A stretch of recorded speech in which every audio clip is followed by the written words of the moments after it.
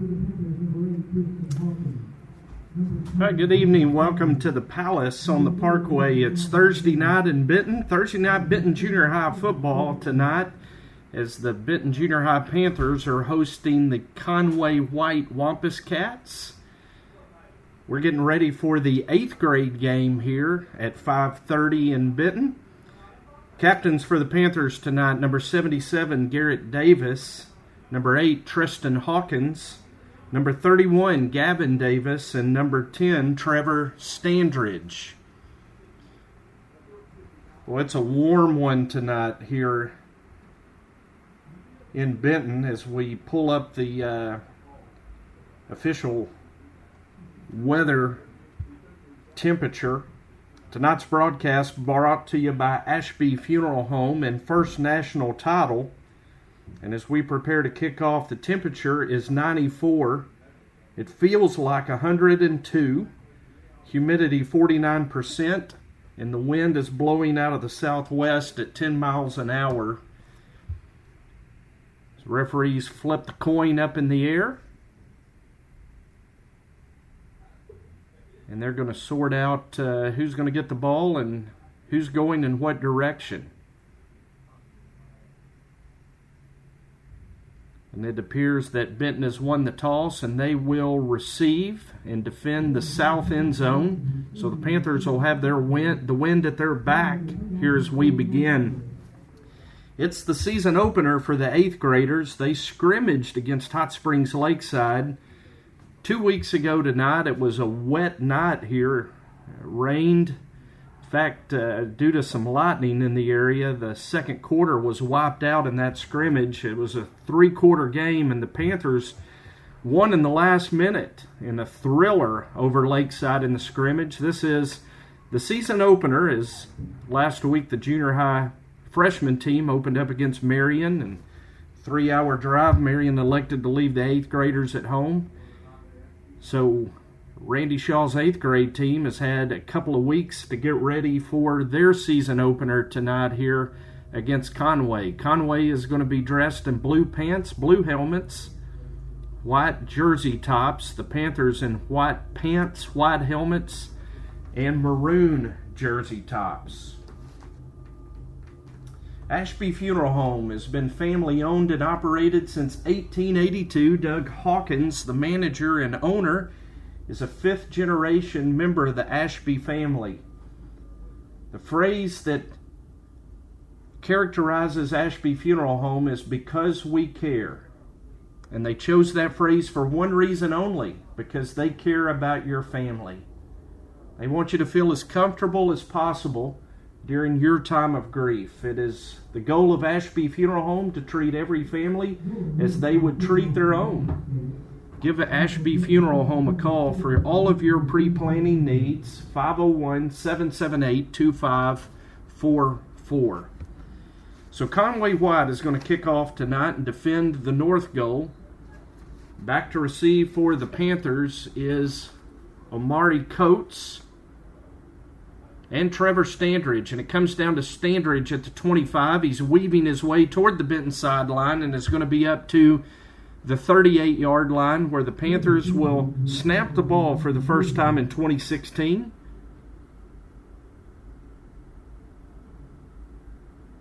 And Tristan Hawkins, grandson of the owner of Ashby Funeral Home, Doug Hawkins, will be quarterbacking the Panther offense. In the backfield with him tonight is Omari Coates and Gavin Davis. 1st and 10 Panthers at the 38-yard line. Give it off to Omari Coates, and he is in the open into Conway secondary. And Omari Coates is gone at the 20, the 10, and on the first snap of the season, Omari Coates takes it 62 yards for a Panther touchdown. And just like that, the Panthers are on the board at 6-0, just 17 seconds into the ball game. Omari Coates took the handoff over right tackle and raced 62 yards for the score, and the Panthers will try to add the PAT as Adrian Vargas comes on to attempt at Tristan Hawkins to hold. for the Panthers. Snap back, hold down. Vargas puts his foot into it, and it's a wobbly kick that makes it over the crossbar, and the Panthers lead it 7-0 after just one snap.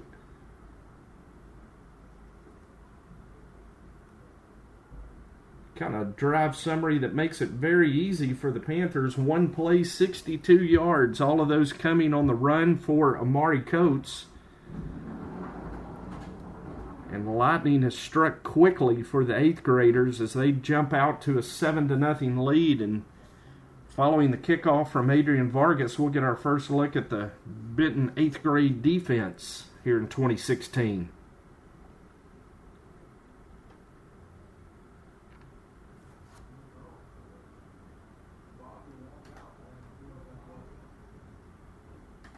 First National Title is the largest independent title company in the state of Arkansas. Give Jared Hambrick a call for all of your title needs. He'll take great care of you. First National Title, located on Sevier Street in downtown Benton.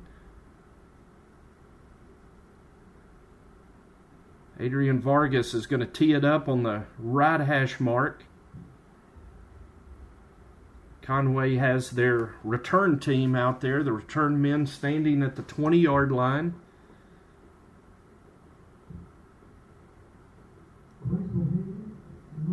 We're delayed waiting on the football to get out to Mr. Vargas, and he now puts it on the tee and is ready to put a foot into it.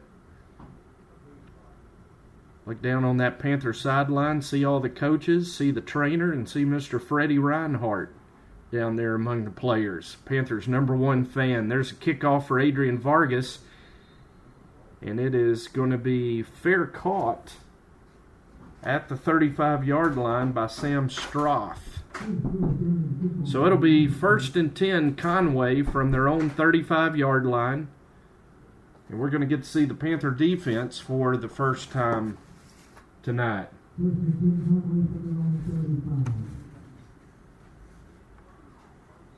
Front three for the Panthers: Cody Reeves, Garrett Davis, and Joseph Pelton. Linebackers are Gavin Davis and Tristan Hawkins, along with Justin Walker. There's a snap back and a run up the middle for Conway. Running room for the Conway back, and he may take it all the way. That's number 20, Bryce Bohannon, and he's gone 65 yards. We haven't played 30 seconds, and we've got 2 scores on the board as Benton's one-play drive is answered immediately by Conway. Bryce Bohannon goes 65 yards. And it's 7-6, and Conway about to cut into this Panther lead following the PAT as Charlie Reynolds comes into the press box, probably looking for the hospitality room that has moved. I see. So, on to attempt the extra point for Conway. And it's a low line drive kick that's through there. Kick is up and good by number 95, Noah Newman.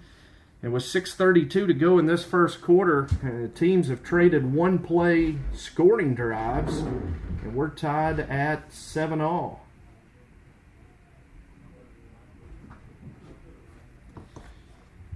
Remember back in the Benton Junior High Warrior days of Charlie Reynolds, you wouldn't see the offenses score this fast. Back in the Wishbone days.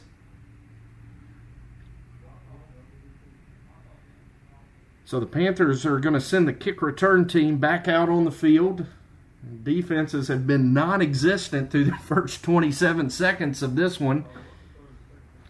As Trevor Standridge, Michael Jefferson go back deep for the Panthers to return this kick. Noah Newman teeing it up for Conway in the middle of the field on the north end at the 40-yard line. Jefferson and Standridge are set up at their own 20. Awaiting the kick, Newman puts his foot into it. It's a high end-over-end kick that's going to be fielded by Standridge at the 20. He works his way toward the left sideline, cuts back to the middle of the field, and is dropped at the 32. So we've seen 2 snaps and 2 touchdowns. See if the Panther offense can keep this high-octane streak going. Wind is blowing at the Panthers' back at about 10 miles an hour. It's 92 degrees right now. The air temperature feels like 104. Very hot night, humid night for junior high football. Panthers in a pistol look. Gavin Davis, the tailback, takes the give from Tristan Hawkins, and he's going to pick up 2 yards up to the 34. It'll be 2nd down and 8.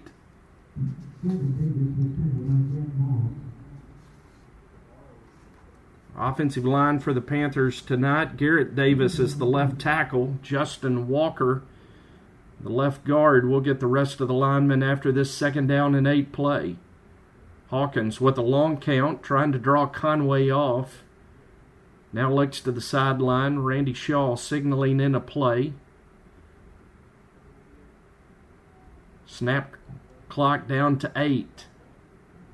So running backs move to the left side. Hawkins takes the snap, gives it off to Davis. Davis running room over the right side up to the 40-yard line, and it'll be 3rd and 2 for the Panthers. Center tonight for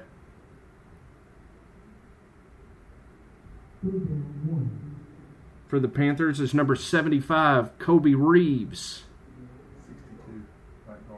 62, the right guard is Brian Arajo. We'll get the right tackle after this snap. 3rd and 2 for the Panthers.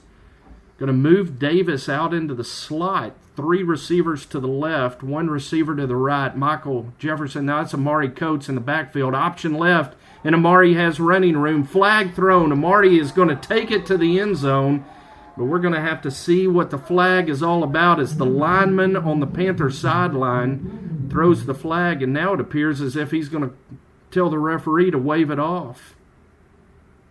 And if so, that's going to be a 59-yard touchdown run for Amari Coates. Flag is lying at the 41. The referee goes back. He picks it up. He waves it off, and Amari Coates has his 2nd touchdown of the first quarter on a 59-yard touchdown run. And, man, we're on pace for Amari Coates to run into the Benton Wall of Fame in 1 quarter right here. 62 yards, 59 yards. Now, Scott Nethery asking the same thing we were asking. What happened to defense? Defense. Hawkins will hold Adrian Vargas on to attempt the extra point. And Panthers trying to move the lead to 14-7. Here just 2 minutes and 6 seconds into this one. Snap back to Hawkins. Hold down. Vargas's kick is up, and it's good. 4:54 to go in the first quarter, and the Panthers lead it 14-7, and we're in danger of having a basketball score breakout at this pace. 3-play drive that time. We've only seen 5 snaps and 3 touchdowns here in this first quarter.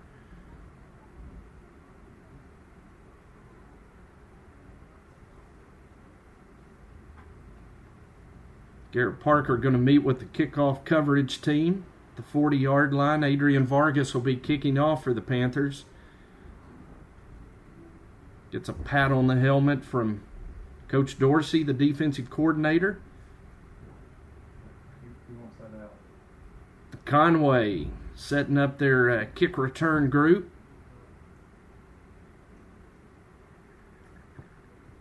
Freddie Reinhardt prowling the sidelines, offering encouragement. He's giving Amari a word of encouragement down there on the Panther sideline. So Vargas tees it up on the right hash.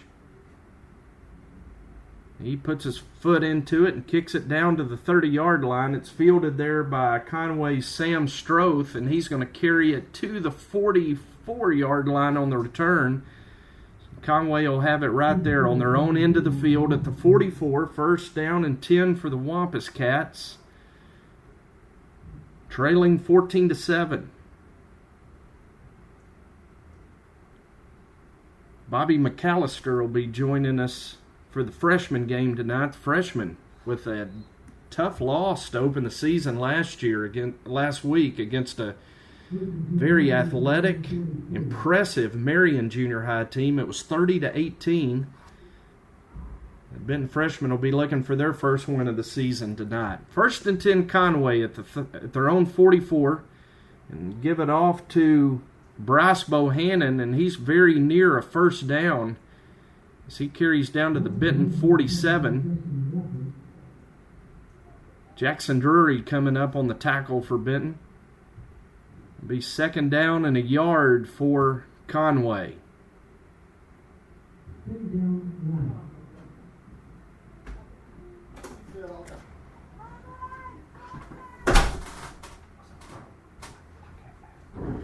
Second down and 1 for the Wampus Cats. Snap back to Bohannon, and he carries into the center of the line up to the 45. He's going to have first down yardage as the interior of that Panther defense. Kobe Reeves leading the charge. Tristan Hawkins in there as well. It'll be 1st and 10 Conway at the Benton 45-yard line. It's 14-7 Panthers. 4 minutes to go in the first quarter. Conway going to come up to the line of scrimmage. 2 receivers to the right, 1 to the left.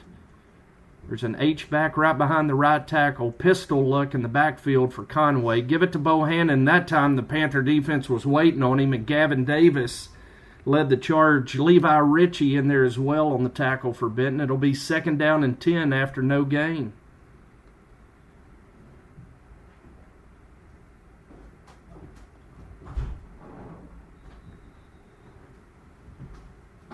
Conway breaks the huddle. Couple of receivers to the right.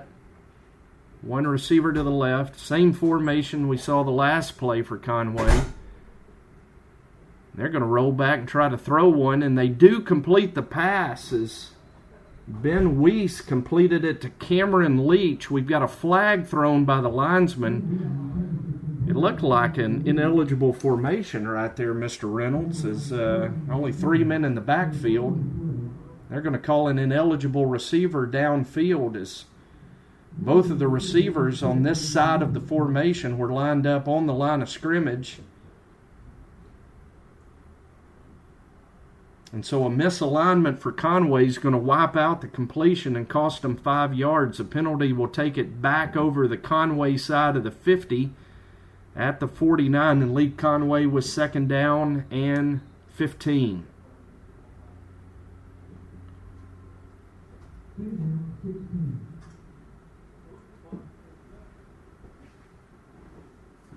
Conway aligns this time correctly. Same formation. Inside receiver off the line, and that time the throw is incomplete as Weiss tried to hit number 89, Micah Mosby, on the slant, and the throw was a little behind him. Trevor Standridge on the coverage for the Panthers. And it'll be 3rd down and 15 for Conway. 2:54 to go in the first quarter. Benton leads at 14-7. In tonight's first game of a doubleheader, it's the 8th graders in the first game, the freshmen to follow.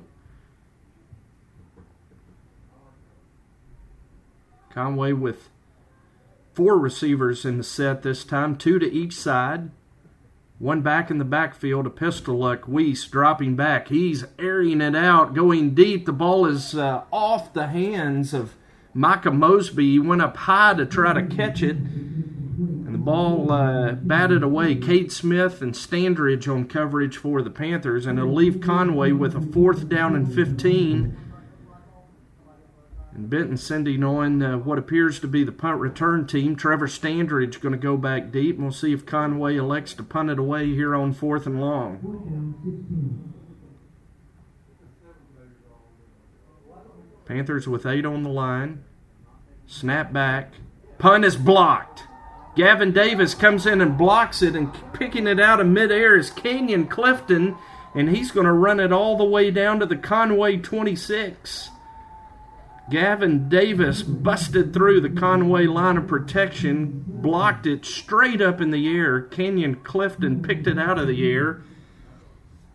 and advance the ball forward for the Panthers about 15 yards after the block, and the Panthers are in business at the Conway 26, already leading 14-7.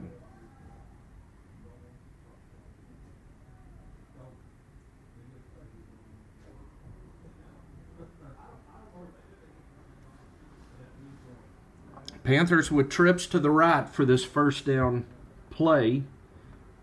Michael Jefferson in the backfield with Hawkins. The option to the right. Jefferson takes the pitch, and a depleting tackle that time by Justin Clark, big lineman for the Conway 8th graders. It's a 1-yard gain for Jefferson. And it'll be 2nd down and 9 for the Panthers. Aiden Birdsong now checking in. And Michael Jefferson, with a bit of a limp, comes to the Panther sideline. Panthers go 3 receivers to the left, 1 to the right. Amari Coates back in the backfield for this 2nd down play. He aligns to the left side of his quarterback Hawkins, going to swing it out to Trevor Standridge. He waits on Coates to throw a block for him. And a very patient play that time for Trevor Standridge after the catch. And it picks up 12 yards for the Panthers down to the Conway 13, and it'll be 1st down. 1:48 to go in the first quarter. Benton leading at 14-7 and knocking on the door. Trying to make it a 2-score lead. Hawkins takes a snap. He follows the lead of the offensive line and Amari Coates down to the 11-yard line. It's a gain of 2, and it'll be 2nd and 8 for the Panthers. Get the right tackle on that Panther offense, number 54, Ethan Mashburn. And now he's going to be replaced by 72, Joseph Pelton. On this play, the Panthers line up with trips to the wide side, single receiver to the short side, option to the wide side, pitch to Amari Coates, and that was a good open field tackle by Bryce Bohannon. Saw Bryce Bohannon break the opening play for Conway for a big touchdown run. He makes a good open field tackle from his safety position, and Benton now faces a 3rd and 7 at the Conway 10-yard line. We're under a minute to go in the first quarter.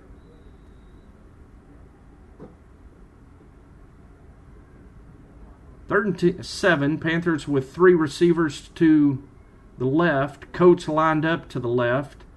Clefton, the lone receiver, to the right. Hawkins rolling left, throws to the end zone, and it's just over the outstretched arms of Trevor Standridge and lands incomplete, and it'll be 4th down and 7, Benton.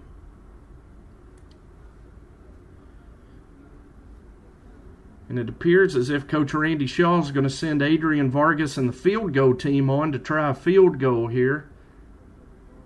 Ball is resting at the 10-yard line. Vargas looks lost as to where to set the tee down. He's used to kicking extra points and setting it on that 10-yard line, but you're going to have to move it back to the 17. His holder, Tristan Hawkins, trying to help him out here. Vargas is totally confused. Now the Panthers are going to take time out. Obviously, a lot of practice kicking extra points. And you move it off that 3-yard line, kind of lost as to where to set the tee down. So the Panthers take a timeout.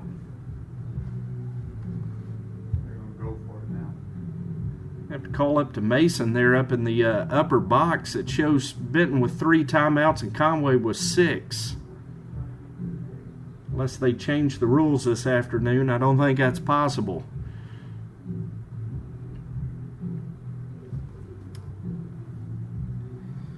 Benton Panther Football brought to you on BentonPantherFootball.com.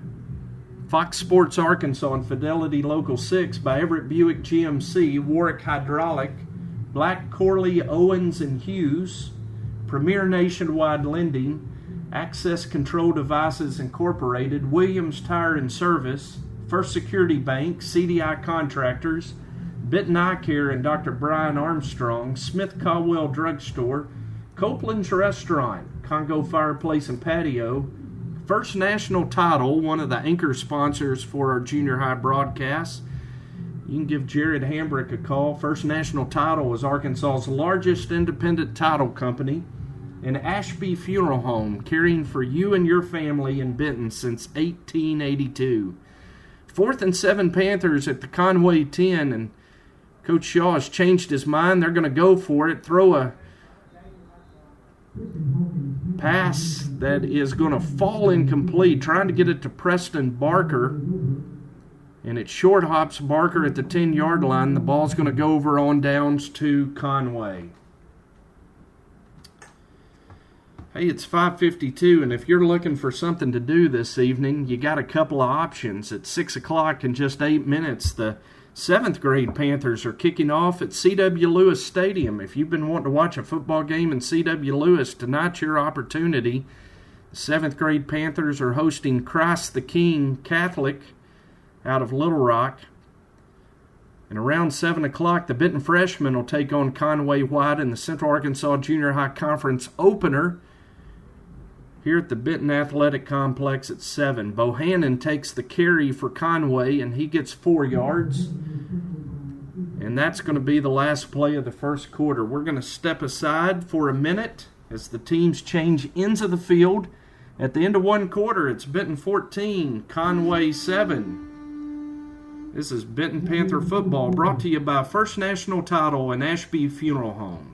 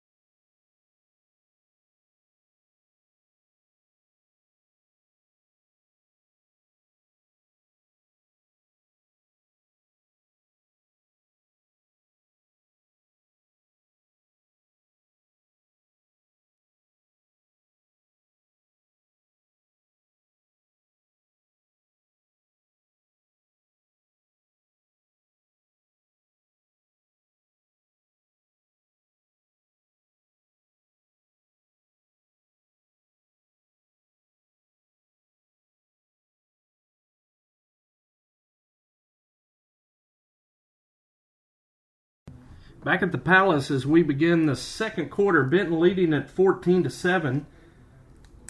Panthers scored on 2 long Amari Coates runs in that first quarter, one of 62 yards and one of 59. Conway got on the board on a 65-yard run by Bryce Bohannon. Adrian Vargas booted through 2 extra points for the Panthers in that first quarter. And Benton leads it as we go to the second quarter, 14-7. Second down and 4 for Conway. Going to give it off to Bohannon, the speedy tailback, and he carries up to the 22-yard line. He's tackled over there by Jackson Hegwood and Cade Smith. Aiden Birdsong also in on the tackle for Benton. It's enough for first down yardage for Conway at the 22-yard line. Panther football brought to you by First National Title Company, located at 216 West Sevier Street in Benton.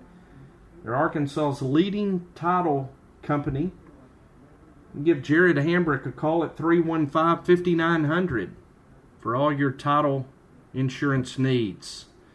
Rolling out on the play is Ben Weiss, and he's going to be run out of bounds along the Conway sideline. Levi Ritchie running him out of bounds, but it's very near another Conway first down. The linesman on the Benton side has gone over toward the first down marker, and they are going to signal first down for Conway. So the Wampus Cat drive that began on their own 10-yard line after they stiffened and held Benton out of the end zone. 2 first downs. They've advanced the ball up to their own 33. It's 1st and 10 Conway. Pistol formation, going to give it to Bohannon, and he's going to be wrapped up and dropped by Gavin Davis right at the line of scrimmage. And Gavin shooting through a gap. Met Bryce Bohannon, and Gavin dropped him in his tracks. 2nd down and 10 for Conway.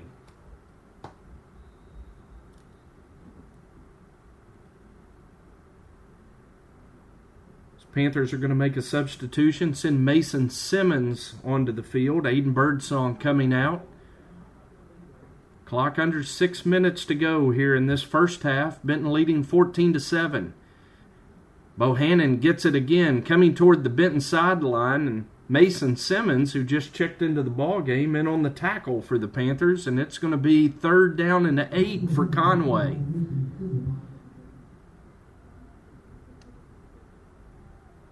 Talked about how hot it is out there. So far, we haven't seen any issues. You're going to have to keep an eye on that as the game progresses. A lot of potential hydration issues on an evening as hot as it is here in Benton, Arkansas tonight. 3rd down and 8 for Conway. Weiss looking, tries to get his pass to Colin Cunningham and overthrows him.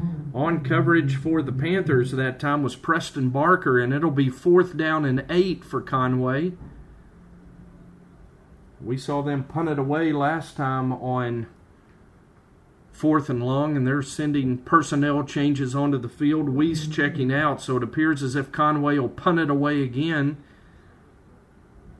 And the Panthers are sending Trevor Standridge back to return. On to punt for Conway. Caleb Meeks. He's standing at his own 25. Trevor Standridge at the Benton 40 awaits the return. Gavin Davis almost got him another block. The punt goes over Standridge's head, takes a huge Conway roll down to the Benton 16-yard line, and Caleb Meeks has flipped the field.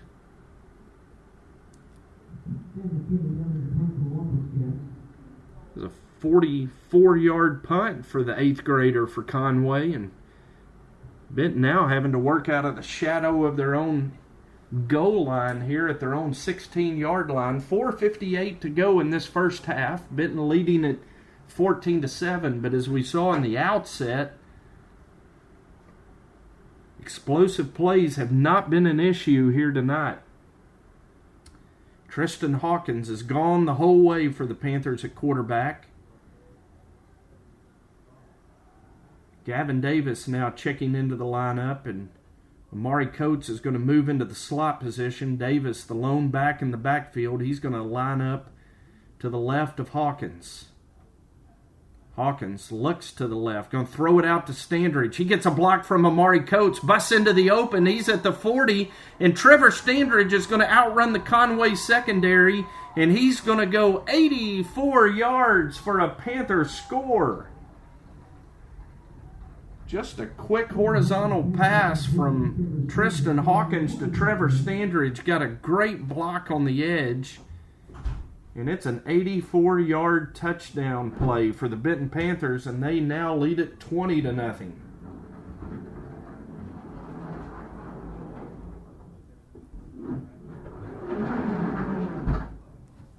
It's been all big plays tonight for Benton. Coates 62 yards and 59 yards. That time Standridge 84 yards. And Vargas on to attempt the extra point. His kick is a wobbly one that again just sneaks over the crossbar, but it's good enough. And with 4:28 to go in the first half, Benton leads at 21-7.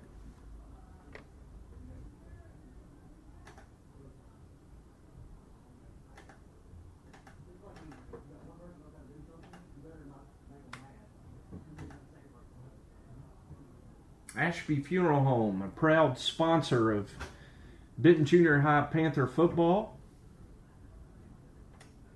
They encourage you to remember we plan for weddings, for our children's education, for family vacations, and other significant life events.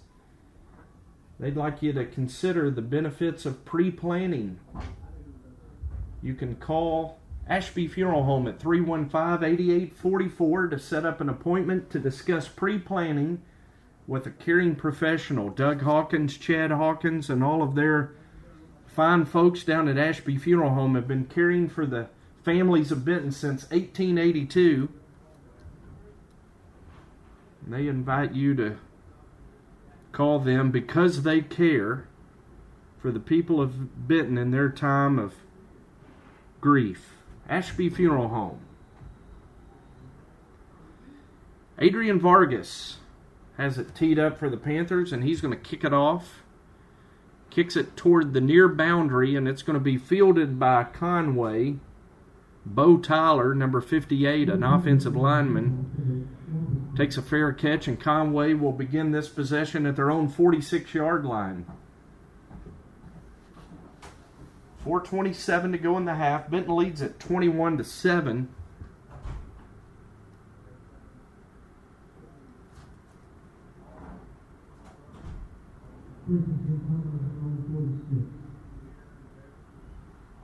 Panthers have 205 yards on their 3 scoring plays. A high-powered machine tonight for that Panther offense. Weiss is going to empty the backfield. 5 receivers this time for Conway. Throws it out to number 89, Micah Mosby, and he has running room along the Conway sideline. And Amari Coates is finally going to drag him down in Panther territory at the 37. And it's a pickup of 15 for Conway on first down.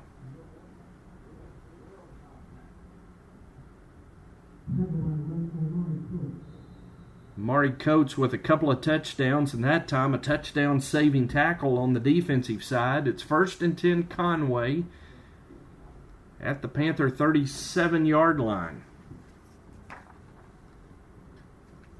Going to go back to the pistol look. 2 men in the backfield. Bohannon, the tailback. He takes the give.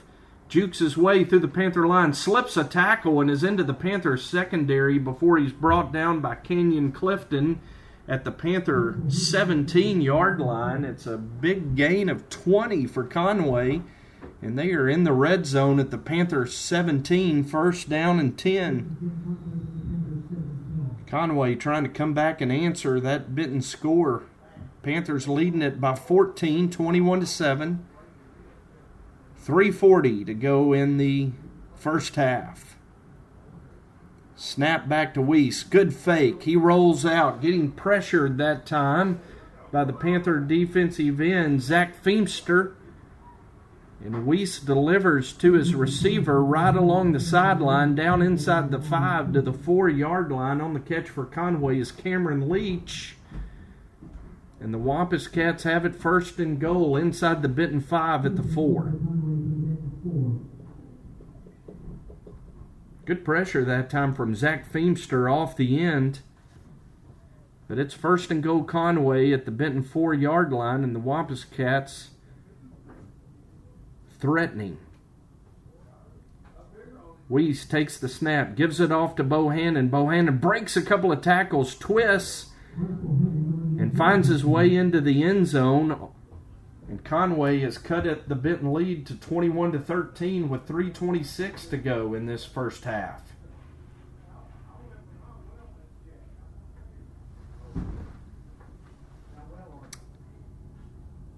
We've seen some impressive runs tonight from Amari Coates of the Panthers and Bryce Bohannon of Conway.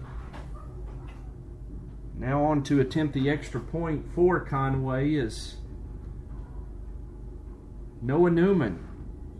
Snap down, hold down. Noah Newman with a strong driving kick through the uprights, and it's good. And Conway has cut the Benton lead to 7. It's now 21-14 Panthers with 3:26 to go in the first half.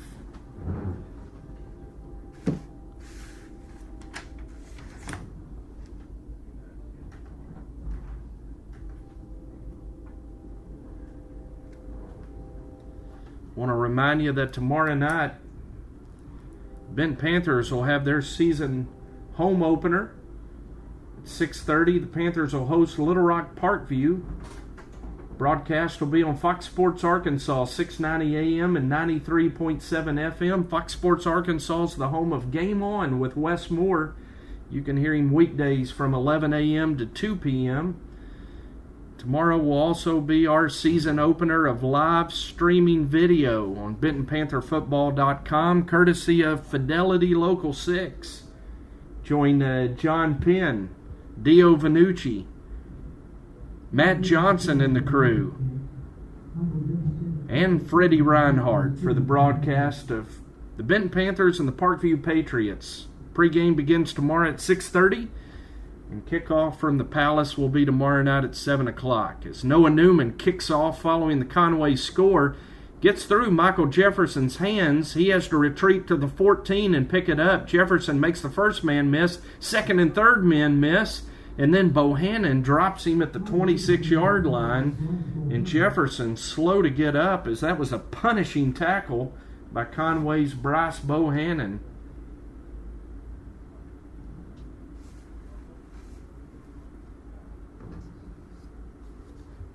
Jefferson being helped up. We saw him a little gimpy after his first run from scrimmage in the first quarter.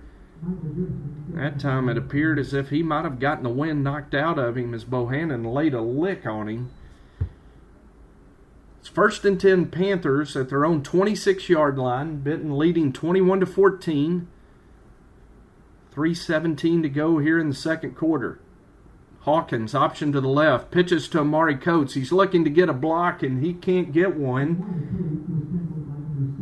Caleb Meeks comes up and makes the tackle for Conway and drops Amari Coates for a 2-yard loss, and that's something we haven't said all night. Amari Coates with a loss. Been ripping off big runs for that Panther offense. That time he loses 2, and it's 2nd and 12 Panthers. 3 receivers to the wide side, a single receiver to the short side. Coates in the backfield. Hawkins running the option to the right. He's keeping this time, and Hawkins is going to get over the 30. They're going to give him the 32-yard line. It's a pickup of 7, and going to leave Benton with a third down and 5.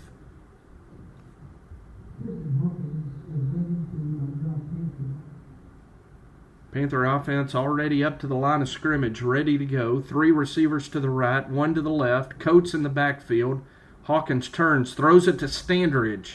Standridge is going to have the first down over the 37-yard line, up near the 38. And that combination, that was good for an 84-yard touchdown. The last Panther drive is good for a first down on that pitch and catch. As Amari Coates comes to the sideline, Aiden Birdsong replaces him in the backfield for the Panthers. As the clock ticks under 2 minutes to go in this first half, Benton leading 21-14. Hawkins takes the snap, going to follow a block from Birdsong, and he's going to carry up to the 42, also with a good job blocking that time for the Panthers. Cade Brimhall and Ethan Cochran helping pave the way for Hawkins to pick up 5, and it'll be 2nd and 5 Panthers at the 42.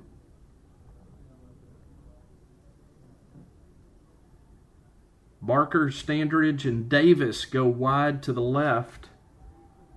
Clifton comes wide to the right. Birdsong in the backfield with Hawkins. 2nd down, Hawkins takes the snap and keeps it, and he's going to carry up over the 48 to the 49. It's going to be another Benton Panther first down as the clock is at 1:10. They stop it to set the chains. Benton first down, 1 yard away from midfield.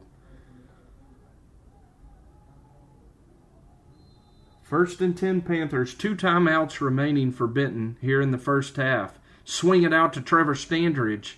He catches it over midfield down to the Conway 46-yard line, and now Randy Shaw is going to call timeout.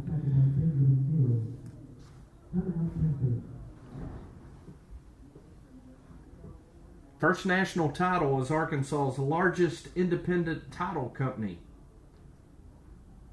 Jared Hambrick is an escrow officer at First National Title.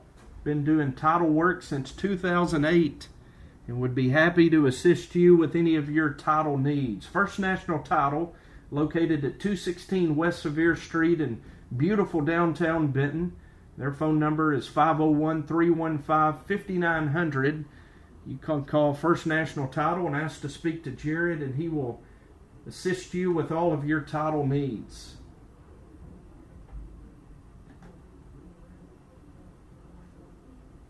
Also, Tristan Hawkins' grandpa, Doug Hawkins, the owner of Ashby Funeral Home, 5th generation owner, invites you to give them a call. Take care of your pre-planning needs. They've been in business since 1882 and have been caring for the families of Benton in times of grief. Ashby Funeral Home, located at 108 West Narrowway Street in Benton. Their phone number is 501-778-2544. Second down and 4, Panthers at the Conway 46. Hawkins turns, looks, pump fakes, now going long to Standridge. He comes back to the underthrown pass and makes the catch at the Conway 33. It's going to be another Benton Panther first down in this 8th grade offense, moving very efficiently. The clock's now down under a minute, 52 seconds to go, stopped momentarily as they move the chains. Now they start the clock, and Hawkins is going to roll to his left on this first down play. Gets it to Standridge again, and those two are in sync. Tristan Hawkins and Trevor Standridge. Catches made down to the Conway 25-yard line. And as the clock ticks down to 32 seconds, Randy Shaw is going to take his final timeout of the first half. Benton leading at 21-14 and threatening to score again, as we've seen Trevor Standridge and Tristan Hawkins hooking up on this drive for the Panther offense.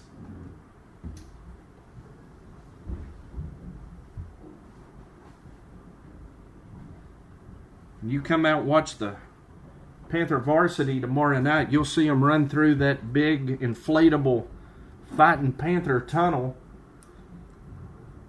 and the smoke that they run through coming out the tunnel onto the field is provided by Independent Fire Extinguisher Sales and Service. Appreciate Randy Adney for his contribution to Benton football. For your fire extinguisher needs, you can call Randy at 778-4197. Independent Fire Extinguisher Sales and Service, located at 515 Bird Street in Benton. Want to know more about the Panthers? Go to BentonPantherFootball.com.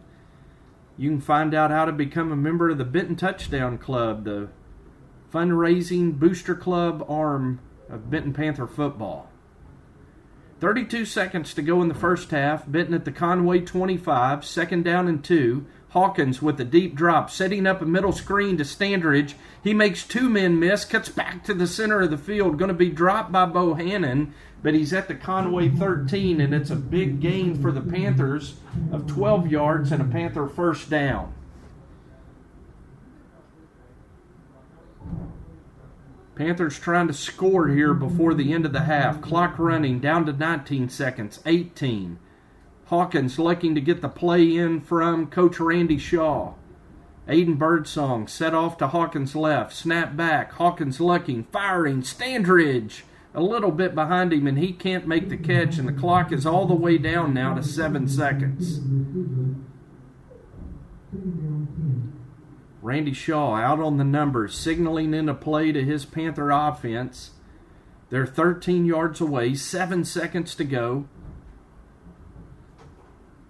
Going to send 2 receivers to each side of the formation. It's Clifton and Davis to the left, Standridge and Barker to the right. Rolling out to the right is Hawkins. Gets it to Standridge, and he's trying with all of his might to get away from Bohannon, and he can't do it, and the clock is going to run out on the first half.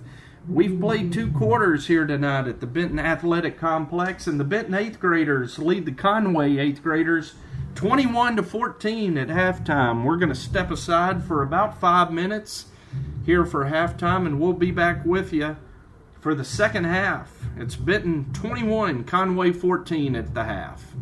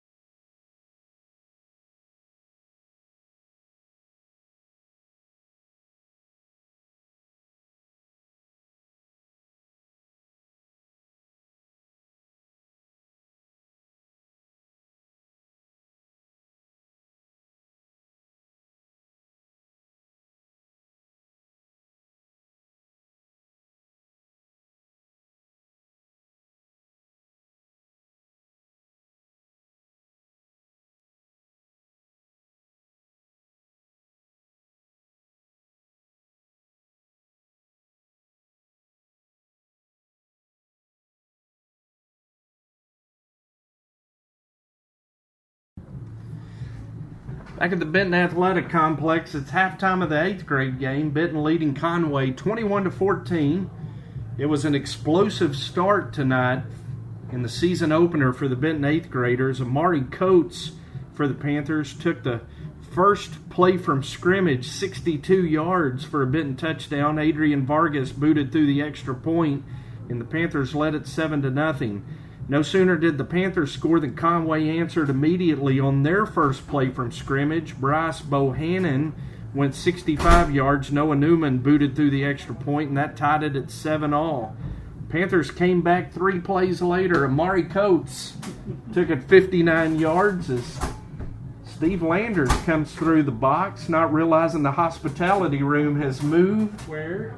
Next door. I'm in.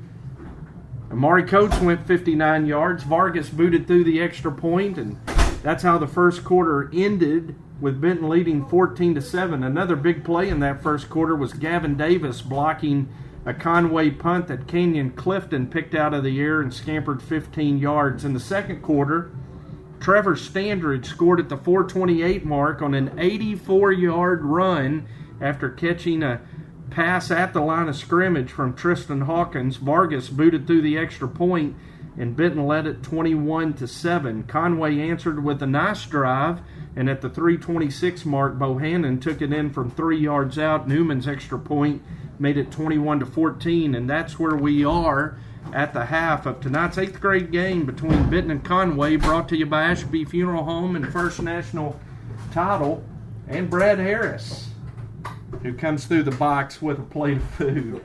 Where's mine? I got to eat on the run tonight. There you go. Let McAllister in here. We'll lock the door back. So Mason Woolbright upstairs sounds the horn, and we're on our way to second half football as the Panthers come on the field from the indoor complex. And it's good to have Bobby McAllister coming in. He's going to be helping us with the freshman game, and if he wants to jump on here for the second half of the 8th grade game, we'll sure let him. We're going to have the freshman game for you after this one ends. It'll be 25 minutes after the conclusion of the 8th grade game, and the Benton freshmen will be looking to get their first win of the season and first win in Central Arkansas Junior High Conference play. The Panthers came up short last week in the season opener, non-conference game against the Marion Patriots.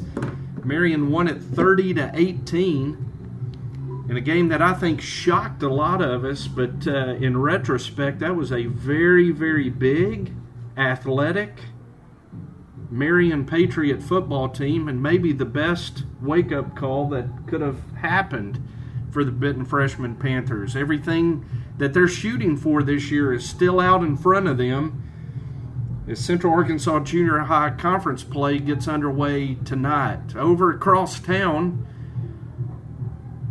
the Benton 7th graders are taking on Christ the King, and hopefully we'll be getting a score update from C.W. Lewis Stadium. There's football tonight at C.W. Lewis Stadium. Holy cow.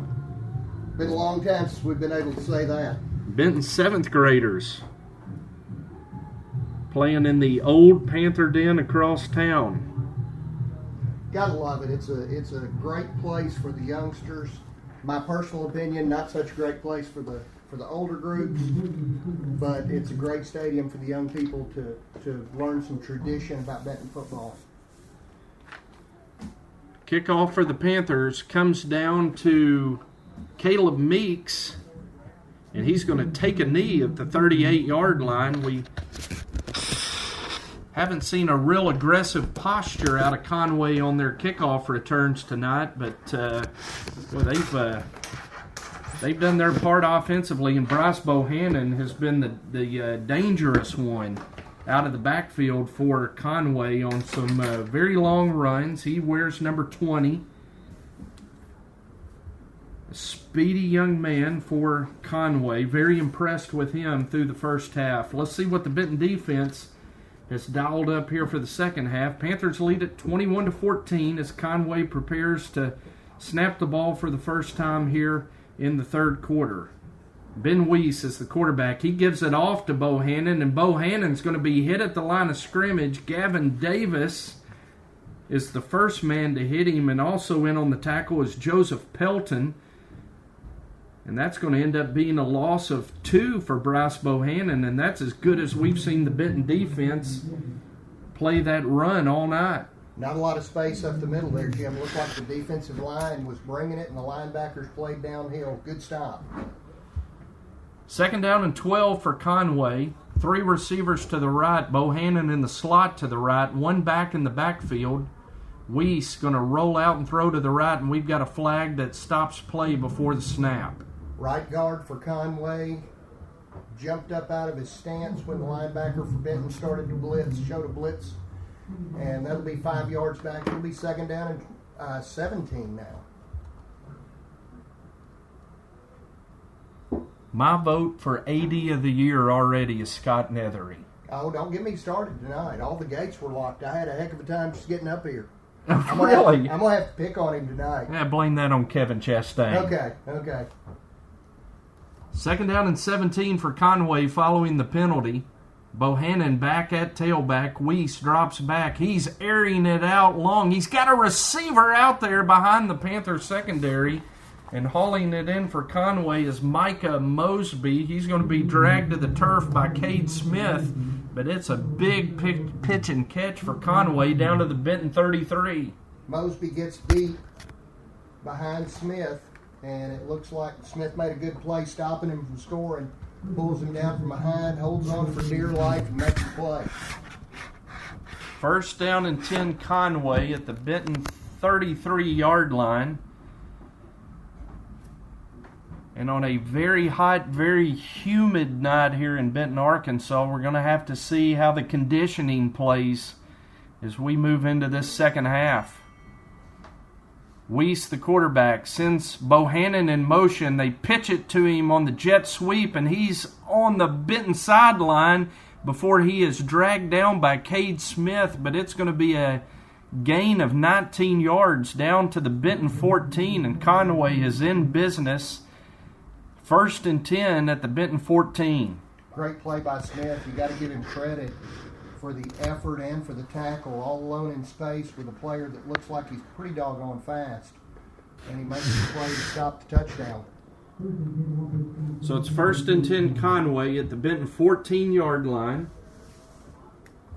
Freddie Reinhardt is slowly making his way up the stadium stairs toward the press box.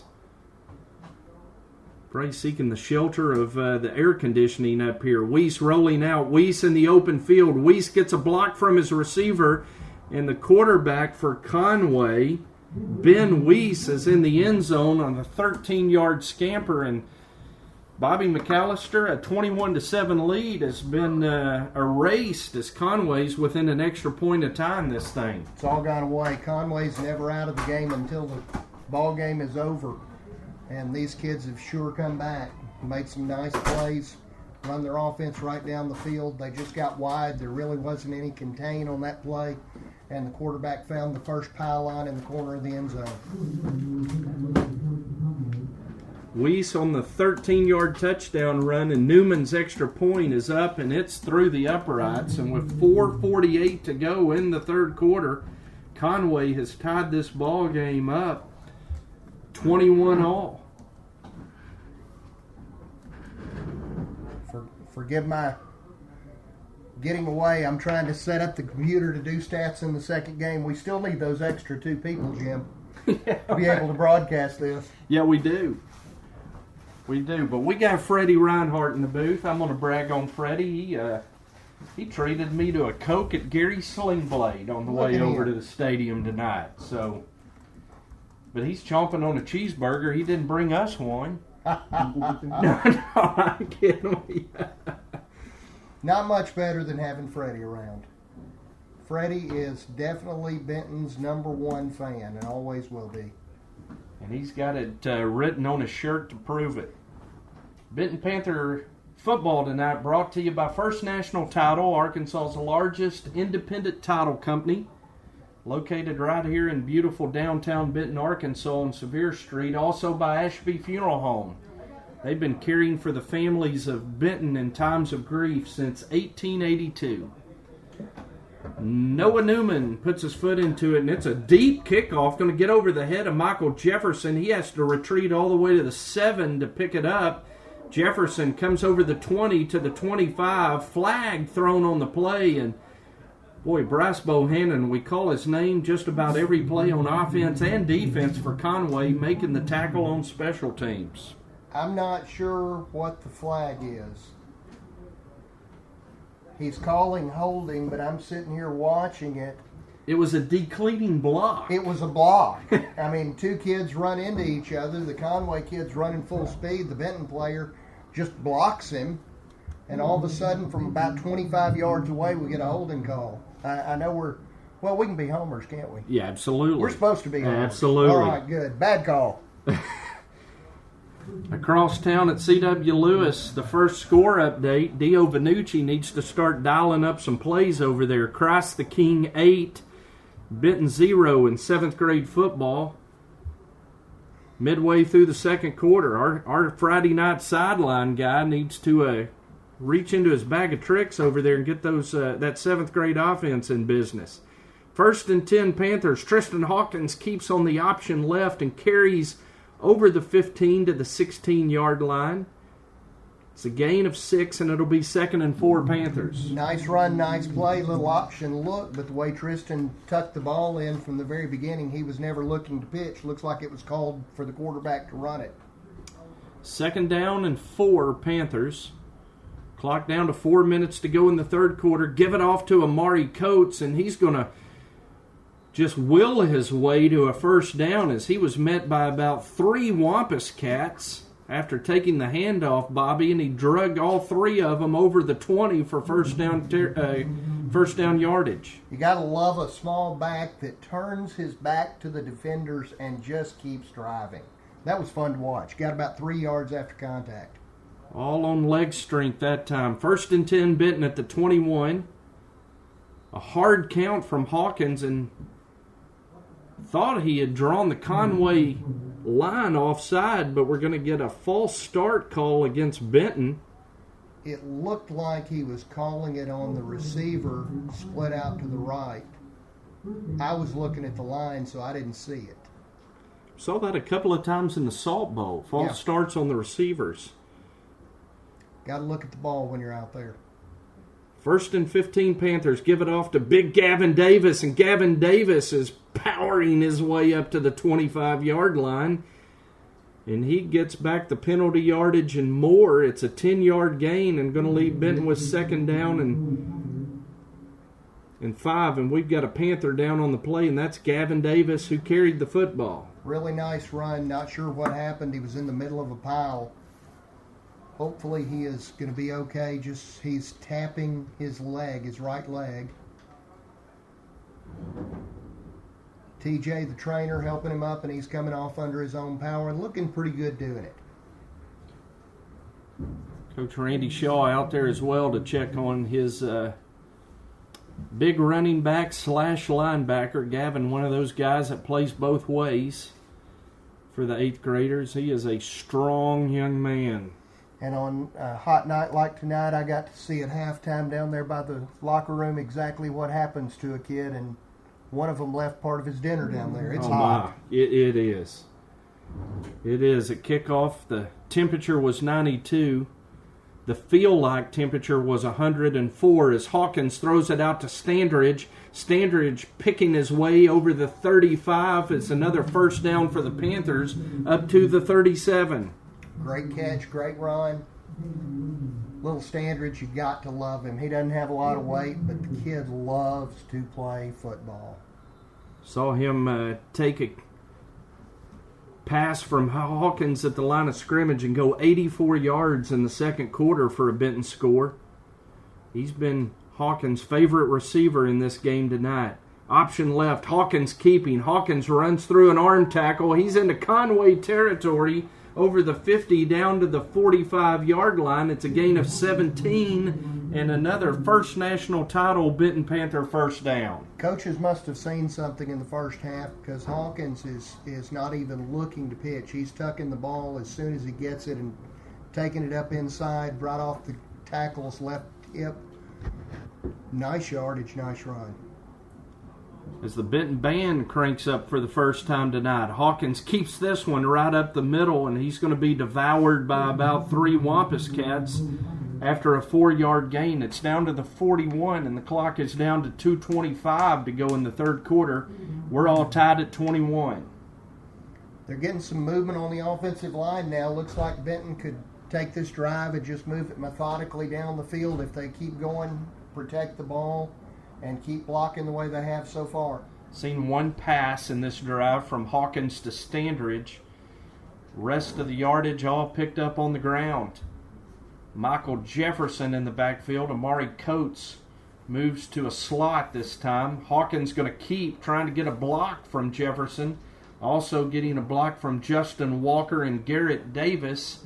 And it's going to be very close to another Benton Panther first down. They're going to mark it at the 38. It's going to be about a yard short, and it'll be 3rd and 1. About a yard, 3rd and 1. Lots of options from here. We're on Conway's end of the field.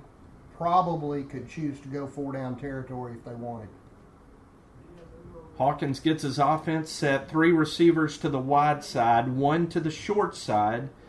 Coates in the backfield with Hawkins. Snap clock at 10. Hawkins takes a snap. Going to run the option to the right. Pitches.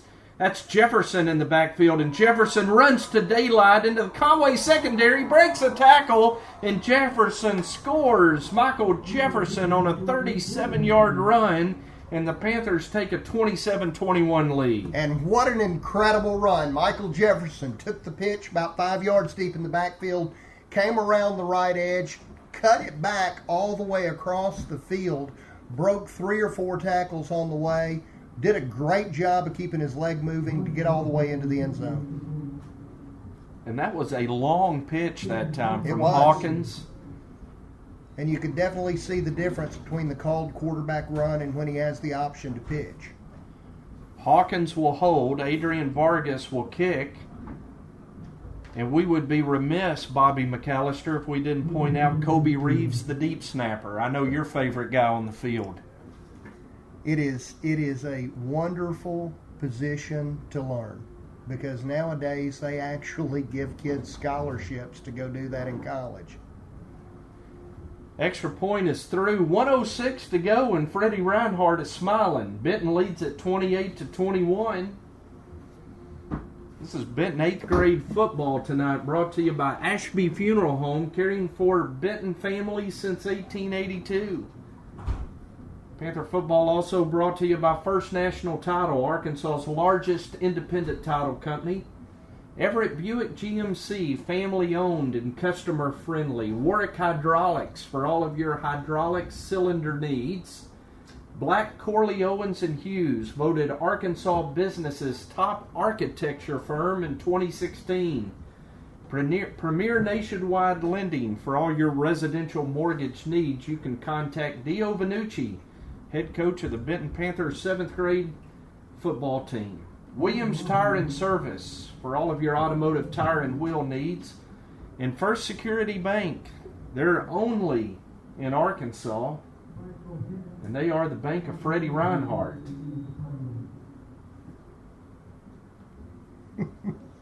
Yeah, I was just telling him I got a whooping last night, didn't I? Brian Arajo kicks off for the Panthers, and he returns it up to the 39-yard line. On the return for Conway is Micah Mosby. Mosby had a little trouble making the catch, hit him in a bad spot right between the numbers. It bounced about 3 yards in front of him, but he had time to pick it up and get about 15 yards on the return.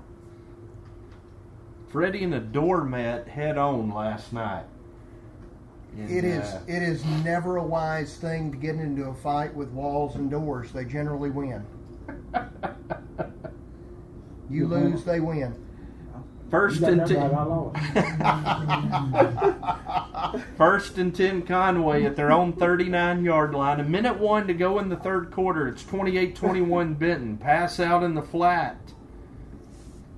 And the catch is made. Kenyon Clifton holding on for dear life as Mosby made the catch. Carries up to the 45. It's going to be a gain of 6 on first down. And maybe we see our first cramping of the night, Aiden Birdsong back at the 35. And Bobby, I'm a bit impressed that we made it to the end of the third quarter, as hot and humid as it is. I don't even see how you can talk about the game with Freddie over there talking about losing the fight with the door. I mean, that just cramps get really bad this time of year, and moms and dads really, really need to push the good fluids on their kids.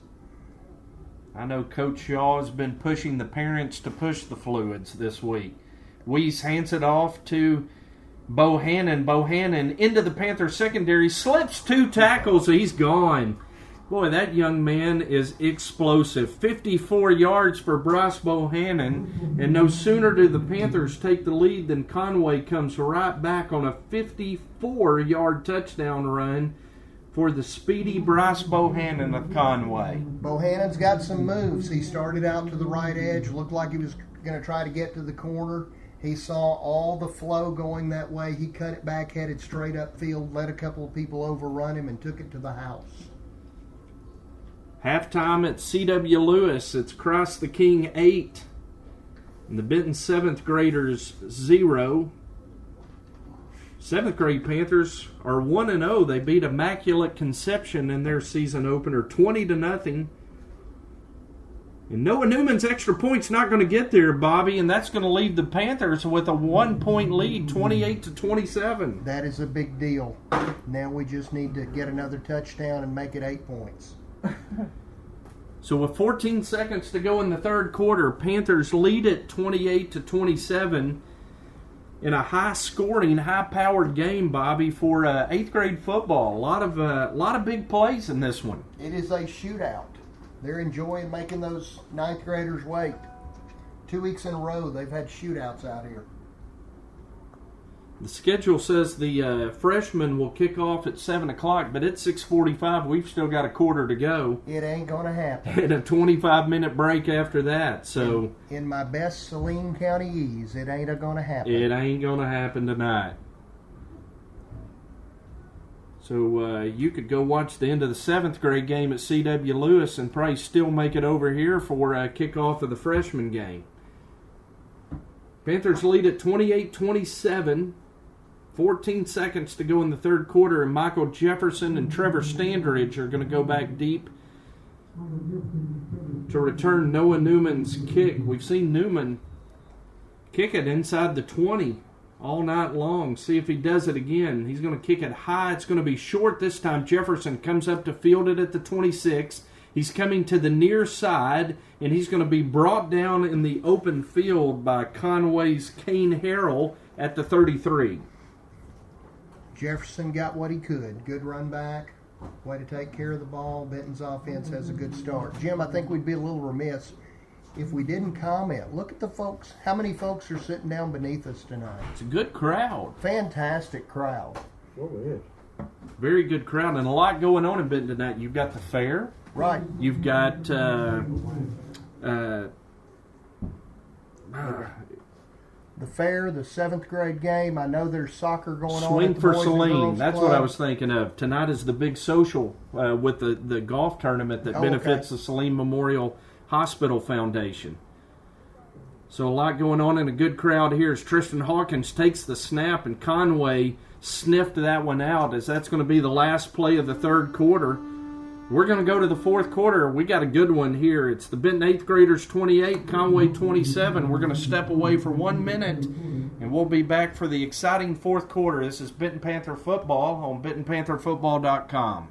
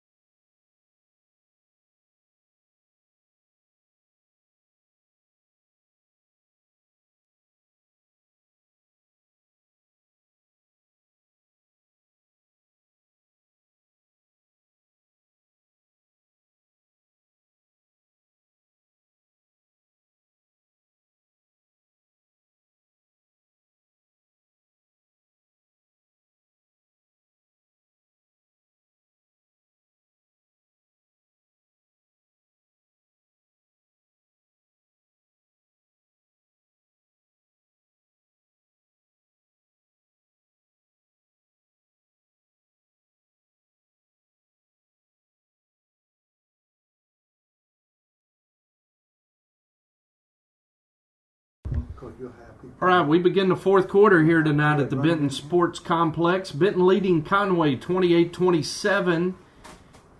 Been an explosive game thus far. A lot of big plays tonight for both teams. And Amari Coates is going to have a big play here as he's in the Conway secondary at the 40. He's going to be tripped up at the Conway 35, but it's a big gain of 32 yards for Amari Coates. And he's slow to get up at the end of the play, but a big run for Amari. As the Panthers trying to get a drive here to start the fourth quarter to add to their 1-point lead, and Amari now cramping up over on the Conway sideline. He's getting some help from the Conway coaches as Coach Shaw and TJ making their way across the field to assist Amari.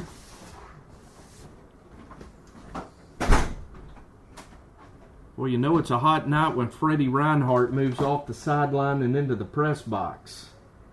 Get away from the heat. So, Amari coming over to the Panther sideline now gingerly as he cramping up. He's been the go-to guy in the running game tonight for the Panthers. And a big night. He's got 2 touchdowns, one of 62 yards and one of 59. And he just busted open a 32-yard run on the first play of the fourth quarter. You do realize when Freddie's up here, it's not a press box, it's a luxury suite. There you go. Hawkins takes a snap and keeps it. And that was that option run where he's keeping all the way. He's going to be over the 30 down to the 29. It's a gain of 6, and it'll be 2nd and 4 for Benton. Benton is on the move, smelling blood. Gotta like it when they take a lead and then they try to add to it immediately. It's a great attitude to have in a football game. Aiden Garrett and Levi Ritchie go wide to the right for the Panthers on this play. Skylar Upton wide to the left, and it's good to see Gavin Davis back in there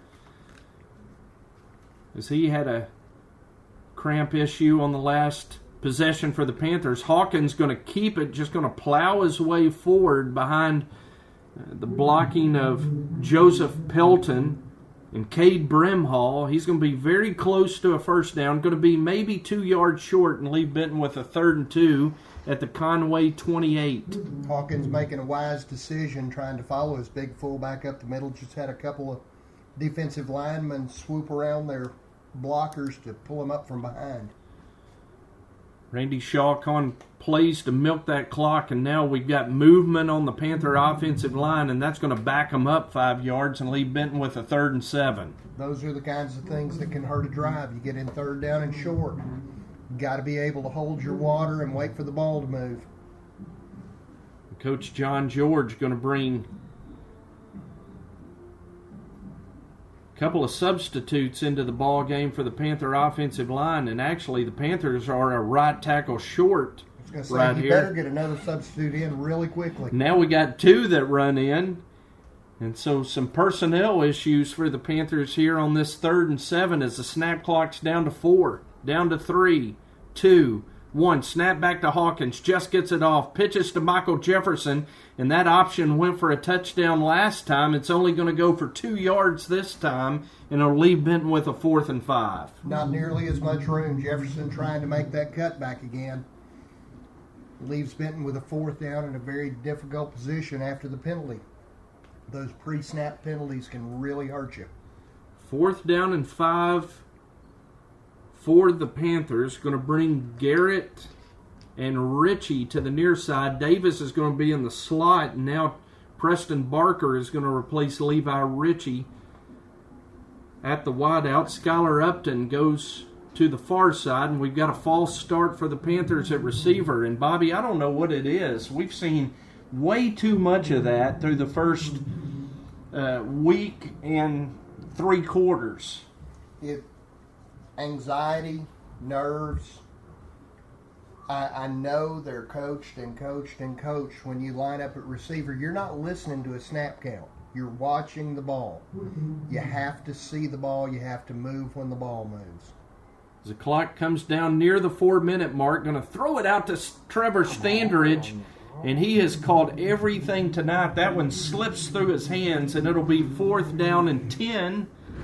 No, it's first down. First down and 10 Conway, as that was a fourth down play that the Panthers are unable to convert, and Conway's going to take over at their own 35-yard line, and now it's going to be on the back of the defense, Bobby. It's really difficult, and it appears that these 8th graders early in the season haven't been together long, just have not really developed much of a downfield passing game yet. It'll come.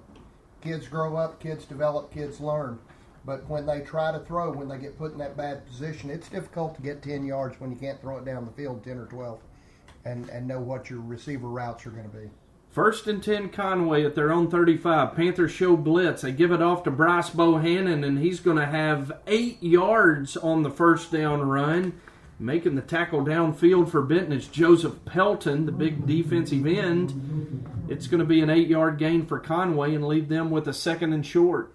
Pelton with a heck of a job coming downfield, chasing the play. Didn't let up. He wasn't going to let up. Bohannon wanted to get some more yards there. He's a tough kid.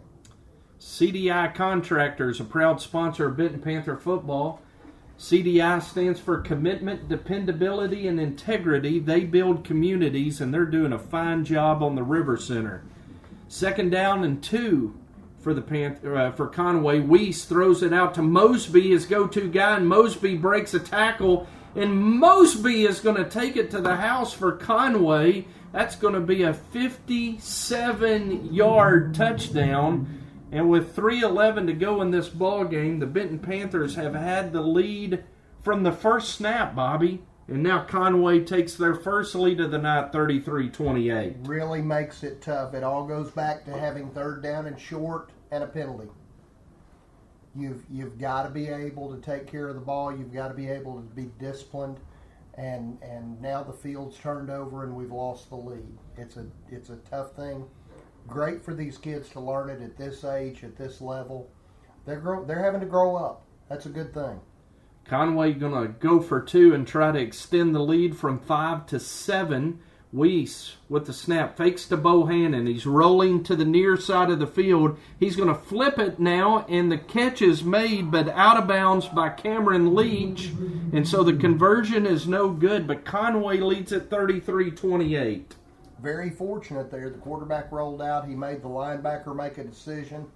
If he would have covered the pass, quarterback would have been able to run into the end zone. If he would have come up, he could throw to a wide open receiver. The receiver for Conway just made a bad choice and stepped out of bounds before he caught the ball. Panther football tonight brought to you by First National Title. They're Arkansas's largest independent title company, located in downtown Benton at 216 West Sevier Street. Jared Hambrick is their escrow officer. He's been in the title business since 2008, and he'll take care of all your title needs. First National Title Company. Call Jared at 315-5900. Also, Benton Junior High football brought to you by Ashby Funeral Home. They've been family owned and operated since 1882, caring for the needs of families in Benton. They're located at 108 West Narrowway Street in Benton. You can call Doug or Chad Hawkins or their crew for all of your pre-planning needs at 778-2544. Ashby Funeral Home, because we care.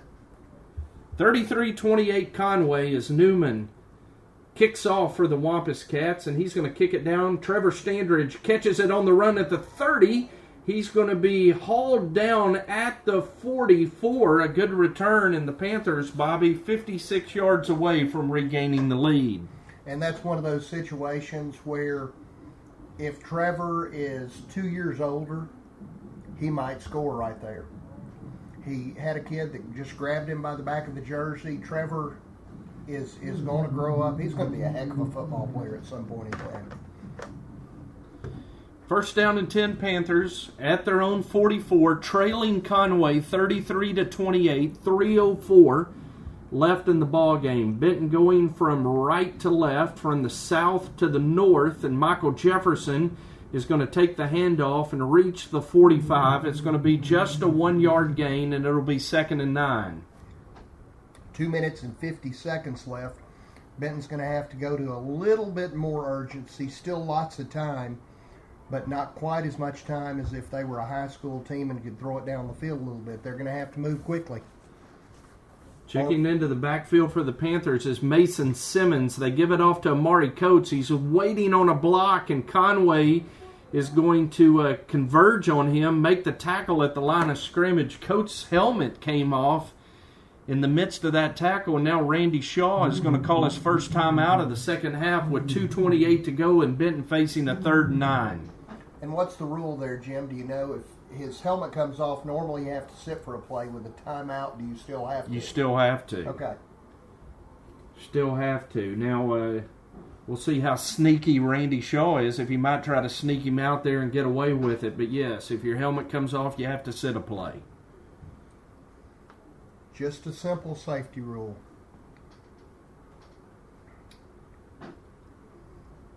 Back in the day, they didn't care near as much about keeping kids safe, and I kind of like the fact now that I have a kid playing that they keep them a little safer than they did years ago.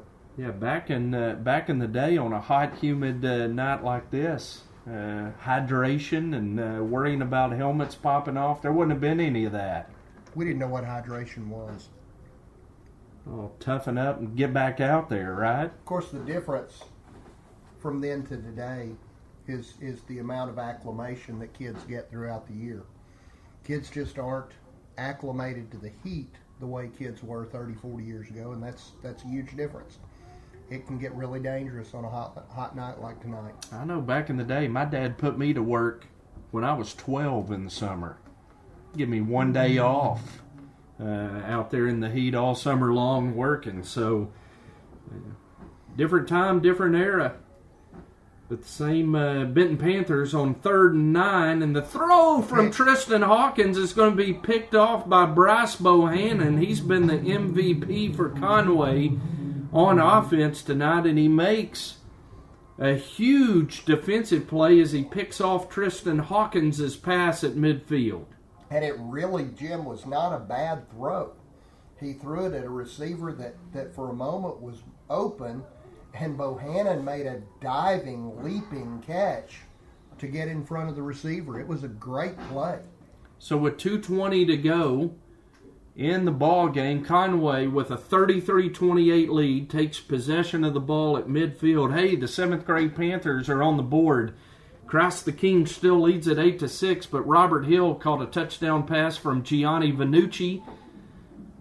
And the 7th grade Panthers have made a game of it over there against Christ the King. On first down, Conway's going to be called for false start, and that's going to back them up 5 and momentarily stop the clock with 1:59 to go. Always a good thing. Benton's still got 2 timeouts left. If they can make a stop here, they will at least have a chance to get the ball back.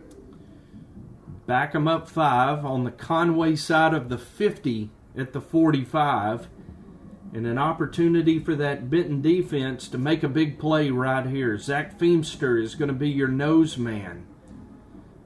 See if he can create some havoc in the interior of the line for the Benton defense. First down and 15. They're going to give it off to Bohannon, running the stretch play to the near side. He's going to carry down into Benton territory at the 47. Skylar Upton on the tackle, and an immediate timeout called by the Panther coaches.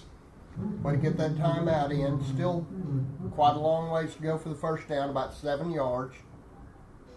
1:36 to go in the ball game, and boy, you'd think the Panther coaches are training that defense to just zero in right now on Bryce Bohannon, number 20, the tailback for Conway. I would almost guarantee you that's who's getting the ball. Panthers with 1 timeout remaining, 1:36 on the clock. Conway trying to just milk that clock with a 5-point lead. Panthers have led the entire way until the 3:11 mark of the fourth quarter, when Micah Mosby caught a 57-yard touchdown pass from Ben Weiss. This is a big play here. Second down, 7 yards to go.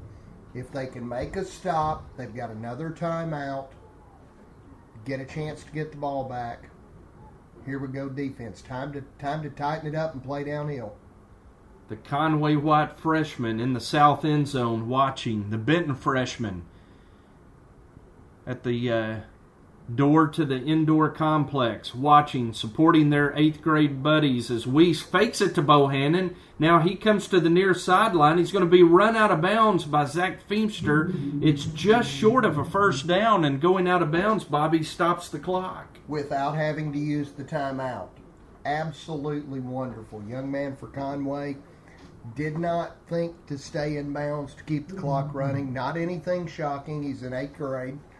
Don't expect him to play like a professional player. But it does help Benton. Now we've got to make a stop. We have not shown that we could stop these guys very often on a short yardage play. 3rd down and 1. It's the play of the game. The Benton defense needs to bow their back right here. A first down, and Conway can salt the game away. Weiss has Bohannon behind him. Pistol look. Going to give it to Bohannon. Going left. He's hit in the backfield and is able to scamper out, Bobby, for the first down to the 34. They had the chance. That will give Conway the ability to run the clock out. Unfortunately, he was stopped in the backfield, literally, physically stopped in the backfield. Just didn't have enough help to come bring him down. That play was going over to left tackle for Conway, and Joseph Pelton from his defensive end position just drove the left tackle into the backfield. There was nowhere for Bohannon to go in the designated hole, but I'm seeing a flag on the field. He made his own way, and you are correct, Bobby. We do have a flag, and it's going to bring it back. And it's a new life for the Panthers as they back it up to the 46. Somebody in a white hat just did CPR on the Benton defense. Thank you. A gift. Let's see if the Panthers can bow their back right here on 3rd and 6 following the penalty on Conway. Empty backfield for the Wampus Cats. Weiss looking. He fires to Mosby, who makes a leaping catch. And he breaks a tackle, and he's going to have the first down. No flags this time. And Conway makes the most of a bad opportunity, picks up a first down, and the second life for the Panther defense goes awry. And so close to the game being flipped upside down just then. It was a hitch pass to Mosby out to the left near the Conway sideline. Benton's cornerback broke on the ball and just misjudged it. It went right over his hands into the receiver's chest. It was either going to be a first down Conway or a touchdown going the other direction that would have put Benton in the lead. And the D-back just could not quite come down with the ball. What an incredible play. Garrett Brown on the tackle for Benton, but Conway picks up a first down. Benton takes their final timeout of the game, and there is 1:15 left. Panthers out of timeouts. Conway leading 33-28. It's Dr. Mike Skelton sneaks in the booth here behind me. Good to see you, sir. You guys in a new location, ain't you? Yes, sir. How's it going, man? No, don't you hurt me. Don't you hurt me. You know me. I do know. First down and 10, Conway at the Benton 38. Bohannon in the pistol tailback formation behind Weiss. They're going to give it to Bohannon just up the middle, and he's going to fall forward to the 37-yard line. In on the tackle for the Panthers that time, Levi Ritchie. Also in on the tackle for Benton, Ethan Cochran. Not really sure why Conway's not just getting into the victory formation. They're completely capable of running the clock out at this point by kneeling on the ball 2 more times. They may not have practiced that. I mean, 8th grade, they're trying to get all the fundamentals, and maybe they hadn't practiced it, Let me tell Bobby. you something. If I'm coaching, we're going to practice victory. Day one, Yes, sir. Conway's still not in the victory formation with 30 seconds to go. Maybe we'll muff a handoff right here. Nope, going to give it to Bohannon. He's coming near side.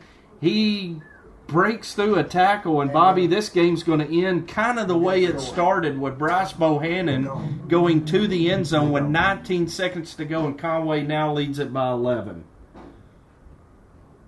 Yeah, you got to wonder really what they're doing running Bohannon around the end. 25 seconds left in the game, plenty of ability to kneel on the ball. Not so sure about that one. Well, a Bobby McAllister coach team would have won this game 33-28. That is correct. We would have knelt on the ball, and I won't repeat for our radio fans what Coach Brett Bielema thinks of kneeling on the ball at the end. Noah Newman on for the extra point for Conway, puts his foot into it, and that ball got about, 2 feet off the ground as he hit a scud right toward the Conway freshman team lined up. And it appears as if the Conway holder was hit by one of the Panthers coming in trying to block that kick. The extra point is no good, and Conway leads at 39-28 with 19 seconds left. And it was indeed blocked. Someone got a hand on it, so it is no penalty.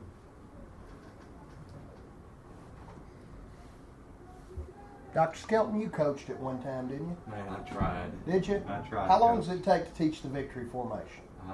Maybe 2 or 3 minutes. You got to teach them. And that's if everybody practices it. You got to teach them how to take a victory. Now, did you coach football, or I did a you little bit. did a little A little football? bit, yeah. Whereabouts? West Memphis. West Memphis. Superintendent.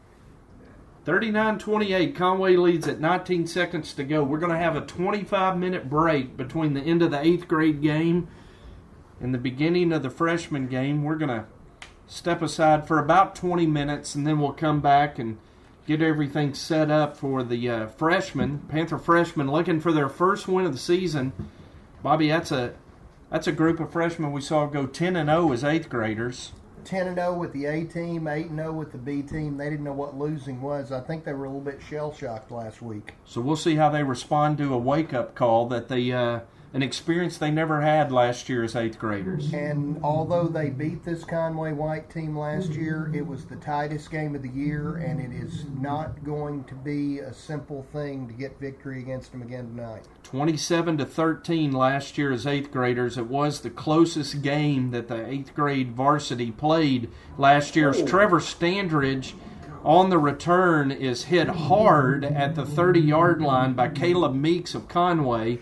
And Trevor Standridge bounces up after that hard hit. 12 seconds to go, and the Panther offense back on the field, trailing by 11. Hey, I don't care how hard that kid gets hit. Keep an eye on him in a few years. Great kid, and he is going to grow into that heart that's already bigger than this stadium because he loves to play this game. Skylar Upton, Levi Ritchie split wide for the Panthers on offense. Also in there is Aiden Garrett, Amari Coates, and Gavin Davis in the backfield with Tristan Hawkins. Davis takes the handoff, and he bursts through the line. He bursts over a tackle by the free safety, and Gavin Hawkins is trying to will himself toward the end zone. He's going to be dragged down inside the Conway 40 at the 37. And for a guy that was cramping up in the third quarter, Bobby, what a burst from Gavin Davis. You got to love when a kid doesn't care what the score is. He just wants to play football, wants to play hard, wants to give it everything he's got. Coach Harold Horton used to say to us all the time, you will learn lessons on this field that will help you the rest of your life. I think it's very true. As the clock is going to run out following the run by Gavin Davis, and the Conway White 8th graders have won this one tonight. 39-28. Conway wins it over our Panthers. Tip of the hat to the Panthers that scored touchdowns tonight. Amari Coates on a 62-yard run and a 59-yard run. Trevor Standridge caught an 84-yard touchdown pass from Tristan Hawkins. And the lone score for the Panthers in the second half was a 37-yard run from Michael Jefferson. Conway outscores Benton 25-7 in the second half. And Conway wins it tonight 39-28. We're going to step away for about 15 minutes, and then we'll be back with you for the broadcast of the freshman game. It's the Central Arkansas Junior High Conference opener between the Benton Panthers and the Conway White Wampus Cats. Benton Junior High football brought to you tonight by First National Title and Ashby Funeral Home. We'll be back with you in 15 minutes here on BentonPantherFootball.com.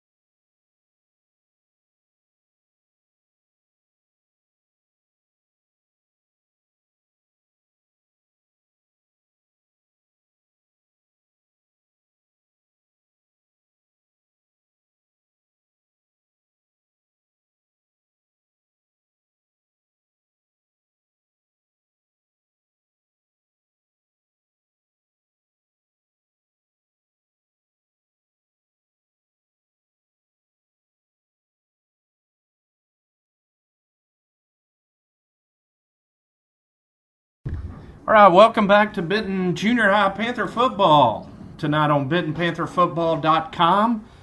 The presenting sponsors for Benton Junior High Panther Football are First National Title, Arkansas's largest independent title company, and Ashby Funeral Home. Appreciate our good friends Jared Hambrick at First National Title and Doug and Chad Hawkins over at Ashby Funeral Home for giving you the opportunity to listen in to Benton Junior High Panther Football. Had a beautiful rendition of the national anthem just performed by the Benton Junior High Heart Song Choir under the direction of Gary Kirk. And now we are getting set for the freshman game tonight. The Panthers come in 0-1 on the season. They dropped their season opener to Marion last Thursday, 30-18. Captains tonight for the Panthers, Peyton Hudgens, Sean Thornton, and Tristan Redd. Captains for Conway, Adrian Bright, and Luke Bailey. Conway comes in 0-1 as well. They lost their season opener 28-6 last Thursday to Searcy. And so we've got two teams that come in 0-1, losing their one non-conference game. Tonight is the season opener for Central Arkansas Junior High Conference play. Over across town tonight, the 7th grade Panthers fell in a close one, 14-6 to Christ the King. Benton 7th graders now 1-1 on the season. They won their season opener against Immaculate Conception 20-0. Fell tonight to Christ the King 14-6.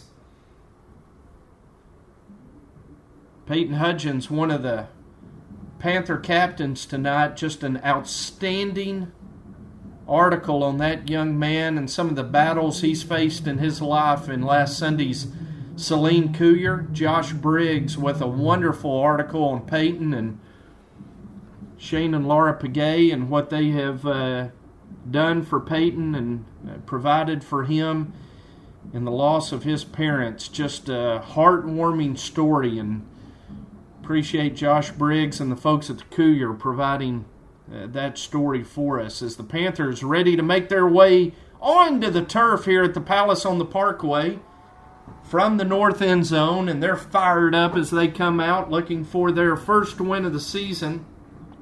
Of course, as Bobby and I talked about at the end of the 8th grade game, this year's freshmen went undefeated last year as 8th graders, 10-0 in varsity play, 8-0 in B games.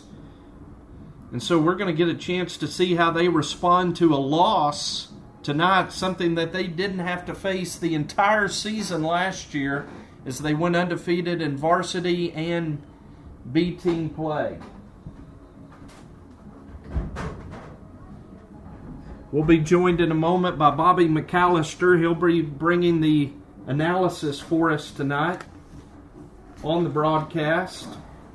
Freddie Reinhardt, the Benton #1 fan, has left the booth and headed down toward the sideline to cheer on the Panthers as Austin Jones is going to tee it up and kick it off for Benton. And Bobby, as we talked about, two teams that come in 0-1. Conway lost their season opener to Searcy 28-6, and of course the Panthers fell in surprising fashion to Marion 30-18.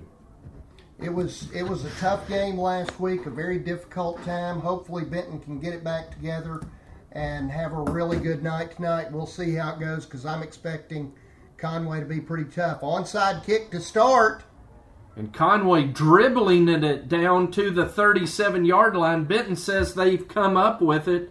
Panthers are pointing that it's their ball. There's a big pile, and the Panthers have come up with it. That's Sean Thornton at the bottom of the pile with the football, Bobby. And Randy Shaw rose the dice on the opening kickoff, and it comes up Benton's way as Sean Thornton recovers the onside kick. What a really gutsy way to start by Randy Shaw.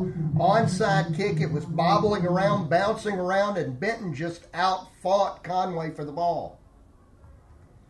Benton's ball, 1st and 10 at the Conway 38-yard line. And the Panthers going to try to strike first blood here in the early going. Hudgens fakes, Hudgens keeps, Hudgens down to the 30, breaks another tackle, and he's going to be right at the sticks as Peyton Hudgens with a determined run on first down for Benton. Peyton Hudgens started it up the middle on the left side, cut it out to the outside, pushing, driving, good yardage, almost a first down on the very first play. Boy, it looked like he got 9 3/4 on that. We'll call it 2nd and 1. It's Peyton Hudgens credited with 9 yards on that first down run. Kip Tracy and Sean Thornton in the backfield. Braxton Slaughter and Cade Clark split to the near side. Give it off to Sean Thornton, and he's going to carry it into the secondary. He runs through 3 Conway tacklers, Bobby, into the end zone for a punishing 28-yard touchdown. Holy cow! We've talked about Sean Thornton being a hitter, but I cannot describe that to you on the radio. You would literally have to see it. Sean just ran through everyone to take it to the end zone. Almost was stopped dead, took a Conway defender's helmet off. A safety, a cornerback, and a linebacker all converged at the same time, and Sean Thornton broke 3 simultaneous tackles, and then it was clear sailing to the end zone, and the Panthers are fired up as Alan Vargas boots through the extra point, and we're just a minute and 2 seconds into this game, and Benton leads it 7-0. Alan Vargas didn't just boot it, he knocked the heck out of it. That was a great kick. Good way to start the game by Benton. 2 plays, 38 yards. It took a minute and 2 seconds for the Panthers to get on the board, and boy, Randy Shaw rolling the dice there with that onside kick. Couldn't have had a better outcome for the Panthers to start this ball game. Absolutely a great way to start. The offense looking good. Conway may come out here a little bit shell-shocked after that. A minute and 2 seconds into the game, Benton up by 7 after the onside kick and stealing a possession from Conway. And Austin Jones is going to tee it up on the near hash at the 40-yard line. And we'll see if he kicks it. No, it looks like he's going to line up in a more traditional kickoff position here, and he does. He's going to kick this one deep, and it's going to go over the head of the Conway return man. And unfortunately for the Panthers, it's going to roll out of bounds at the 2-yard line. And, Bobby, that's a case of where you just kick it so hard that it turned out to be misfortune going out of bounds. It was really a great kick. Would have given Benton a chance to pin Conway back in their own end if it just would bounce right. It tried to stay in, but the Conway receiver was patient enough to let it fall just over. I think it stopped on the line. So with the out-of-bounds kick, it's going to bring it out to the 35-yard line of Conway, and we'll see the Wampus Cat offense and the Panther defense for the first time tonight. As Conway has it first down and 10 at their own 35-yard line. The Conway quarterback is Nick McEwen. In the backfield with him is Luke Bailey. Pistol look, McEwen turns, fires into the flat to Shane Smith. He breaks a tackle. Are they going to say he's down? We don't have a whistle. The referees are indecisive, and now the play is stopped. Shane Smith was racing toward the end zone. Boy, this is where I wish we had Dio down there on the sideline, because I don't see a flag, Bobby.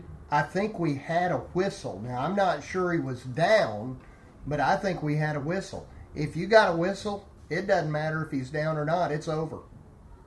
Nicholas Wason going to be credited with the tackle. And Trent Mallett, the Conway coach, asking for an explanation on the far sideline. He thought his receiver, Shane Smith, had run out of the tackle of Nick Wason.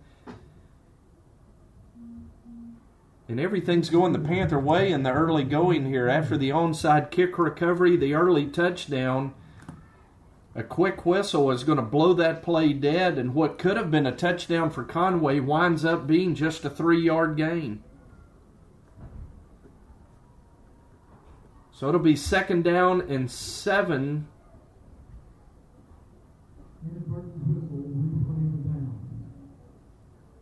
Wow.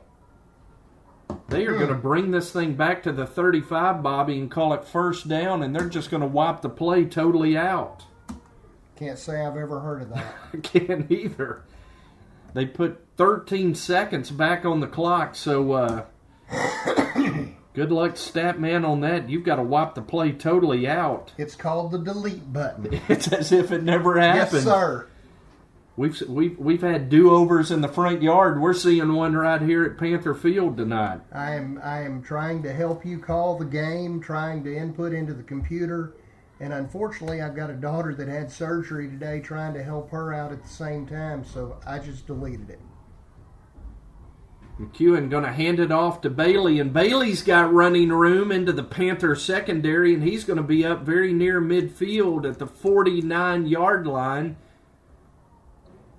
In on the tackle for the Panthers was Deshaun Ward and Austin Drury, but it is a big gain for Conway of 14 yards and a 1st down.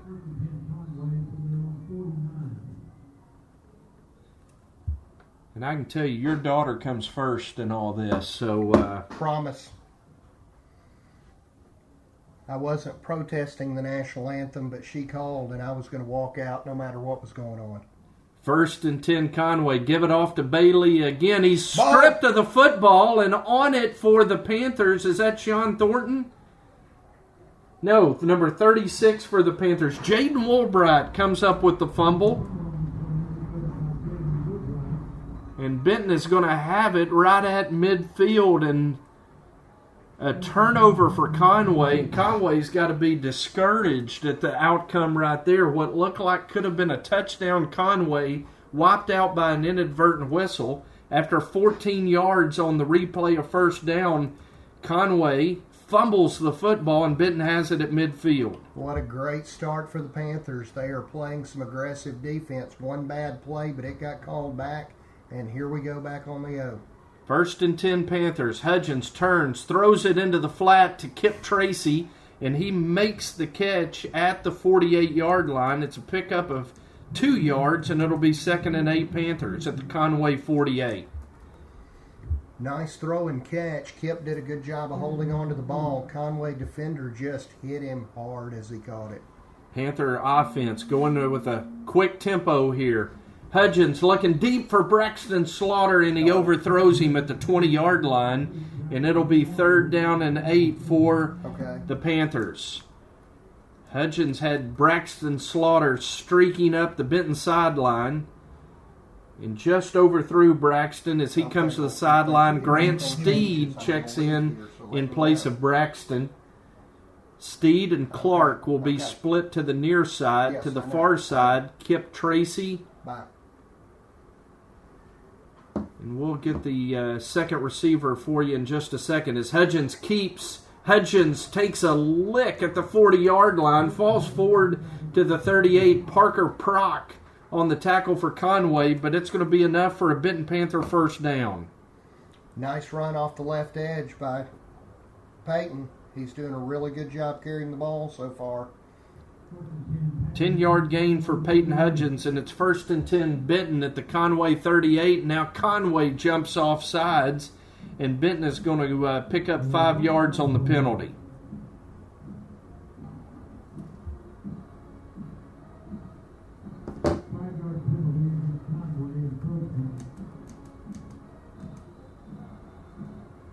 First down and 5 now for Conway, or for Benton at the Conway 33.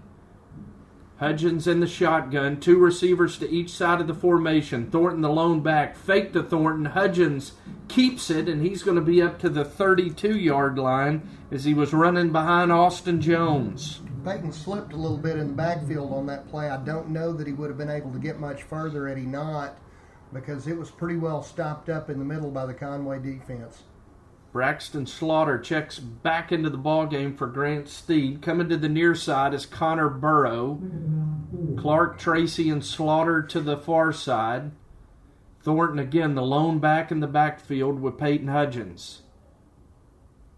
Good snap. Reading the Zone read. Hudgens keeps it. Hudgens is going to score for the Panthers right up the middle. As he read that very well, the defense converged on Sean Thornton, and it opened up like the Red Sea for Peyton Hudgens just to keep it right down the center of the field. And Benton, with 4:12 to go in the first quarter, leads it 13-0. Excellent read by Peyton. The middle, you're right, Jim. It just opened up. Looked like the Red Sea with Israelites coming down the middle of it.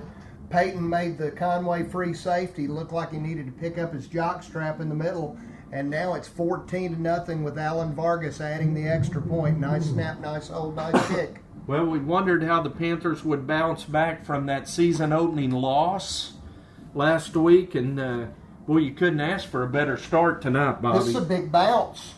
That's incredible. I mean, Conway, it's no small feat to be out here with Conway. They look like a pretty good team. They're definitely not as fast or as aggressive as Marion was, but they've got some size. They've got a little bit of speed. Right now, Benton's offense is just clicking like we haven't seen it so far this year. Panther offense on the ground so far, 5 carries, 81 yards in 2 possessions. That drive, 5 plays, 50 yards for the Panthers. It took 2 minutes and 22 seconds, and Benton leads at 14-0 midway through the first quarter. Conway's got to be a little bit shell-shocked right now. They have got to be surprised at what is happening out here on this field. In fact, they're having trouble getting personnel on for the kickoff. They're lined up with 9 men close to the 50-yard line. Austin Jones is going to go ahead and boot it deep, and it's going to hit at the 20 and bounce up into the hands of Parker Prock. He carries it over the 30. He's up to the 40, and he's going to be dragged down at the 45-yard line. Austin Drury in there on the tackle, along with Jaden Woolbright on special teams for the Panthers. It'll be first down Conway, and they've got good field position near midfield at their own 45. Nice return by Conway. That middle opened up for Prock. Host of Panthers bringing him down as he comes down, but he got good yardage back out to the 45, good field position. Now we just need another turnover. Trying to get this thing into the sportsmanship rule early, I huh? love the sportsmanship rule. First down and 10, Conway at the 45-yard line. Benton leading at 14-0, 4:13 to go in the first quarter. Bryce Gallagher showing blitz from his linebacker position. Give it off to Bailey, and Bailey's going to run out of a tackle. Bobby, he's going to go to the end zone. That is unbelievable, as it appeared as if the Panthers had him hemmed up at the 50, and somehow across the field, Luke Bailey squirted out of there and scampered down the Conway sideline for a touchdown. Your guess is as good as mine as to how that happened.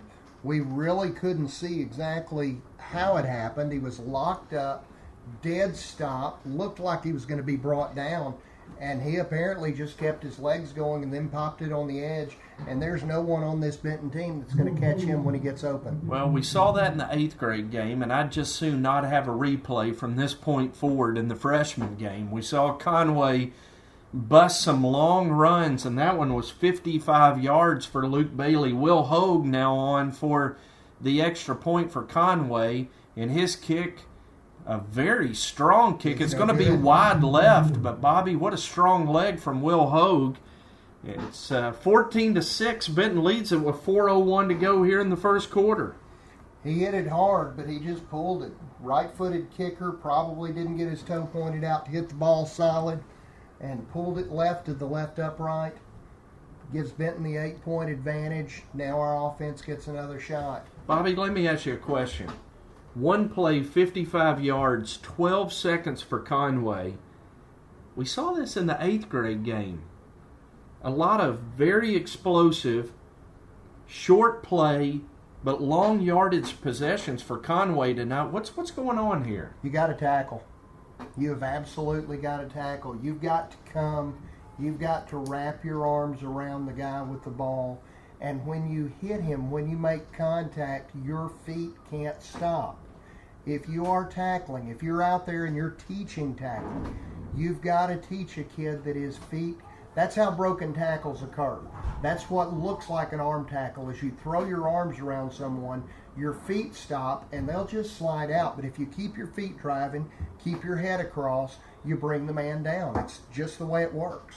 Does it seem like in football across the board, tackling is not as sound as it used to be It's to terrible. you? It's terrible. With people diving and launching and throwing themselves, I just really don't get it.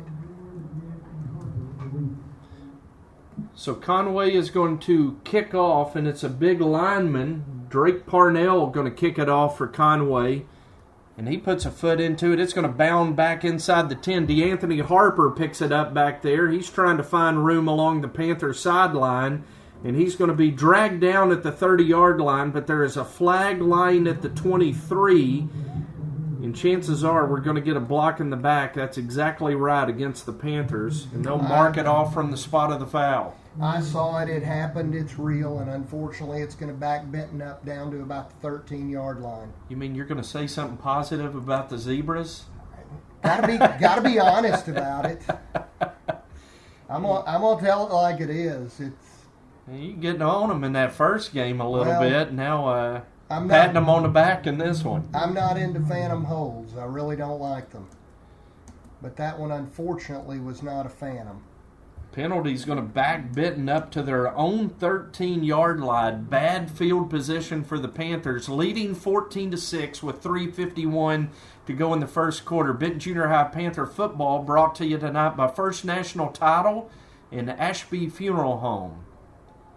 1st and 10 Panthers got 2 men in the backfield for the first time tonight. Tracy and Thornton. Hudgens keeps behind Thornton and Hudgens or Tracy's block. Now Hudgens runs out of a tackle over midfield down to the 40. Now he's stripped of the football, and Conway may have fallen on that thing at the 50-yard line. Peyton Hudgens with a big run, and he was stripped of the ball at the 42. It rolled back toward midfield, and Conway fell on it.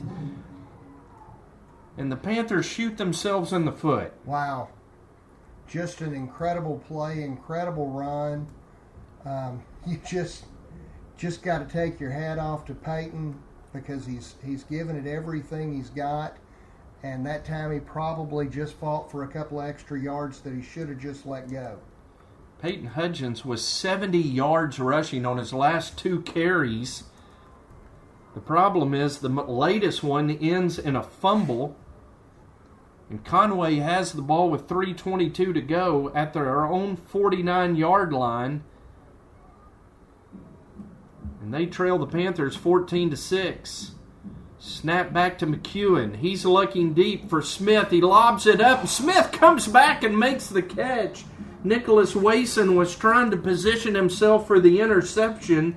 And Smith, a tall receiver for Conway, makes the catch and is tackled at the 24-yard line, and it's a big play for the Wampus Cats of 27 yards. And we see it all the time, Jim, with these young kids. Wason was in position to make the interception.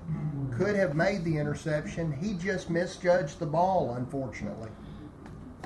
Well, you talk about Nick Wason. He had 2 big interceptions in the fourth quarter last week to give the Panthers a chance against Marion. Panthers got down 30-18. Nick Wason with interceptions on back-to-back Patriot possessions, but the Panthers never could cash in.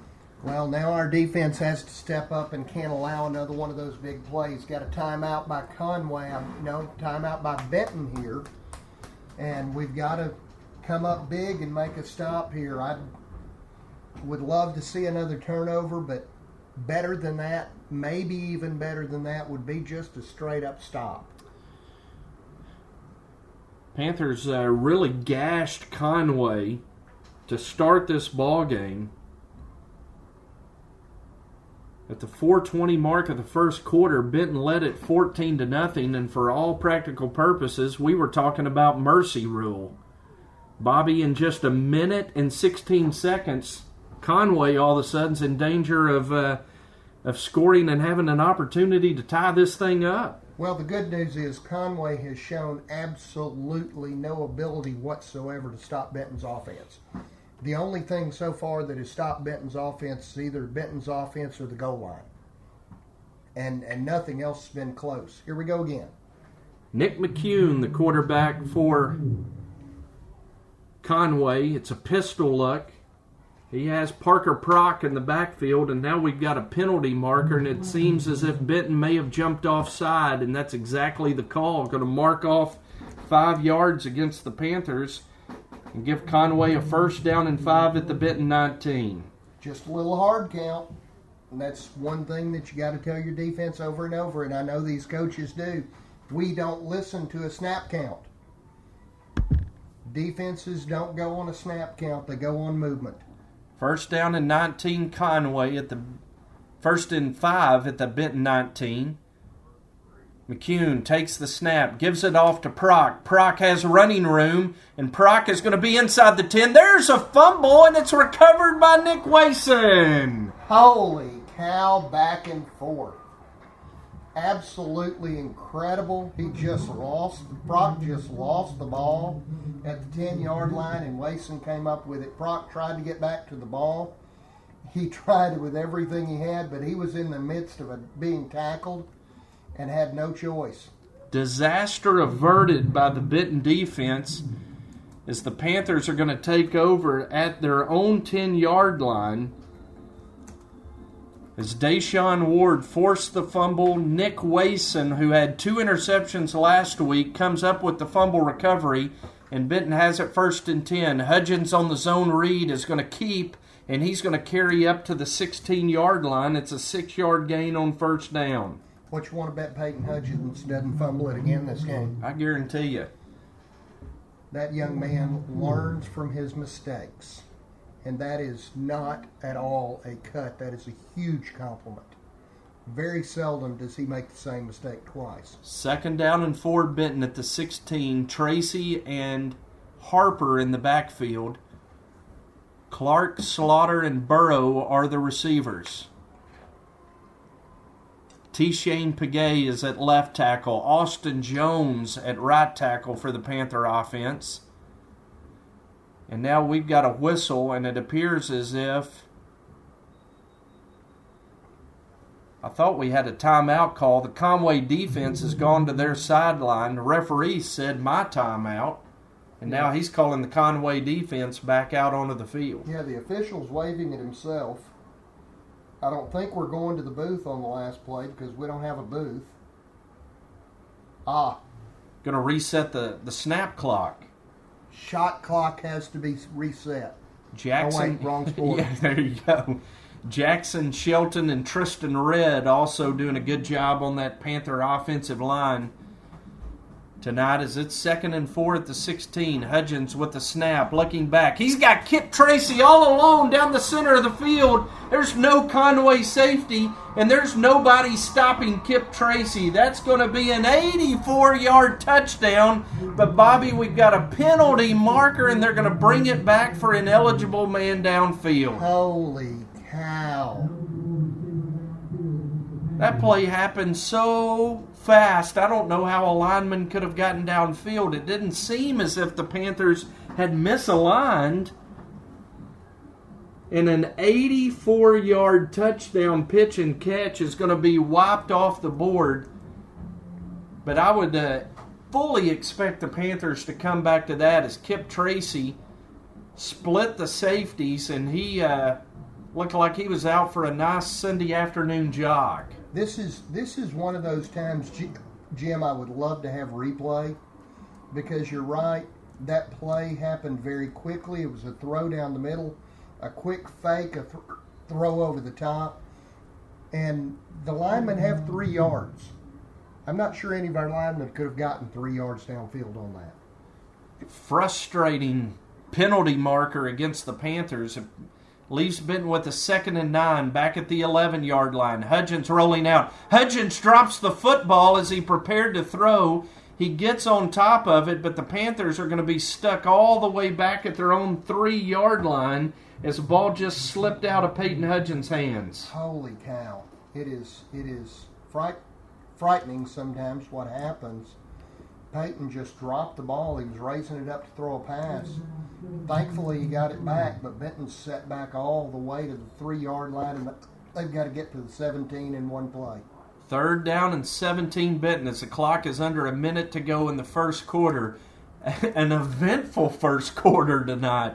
Benton leading at 14-6. Peyton Hudgens takes a snap in his own end zone. He fakes to DeAnthony Harper, keeps, and he's only going to get a couple of yards on that 3rd and 17 run, and Benton will face a 4th and long with 30 seconds to go in the quarter.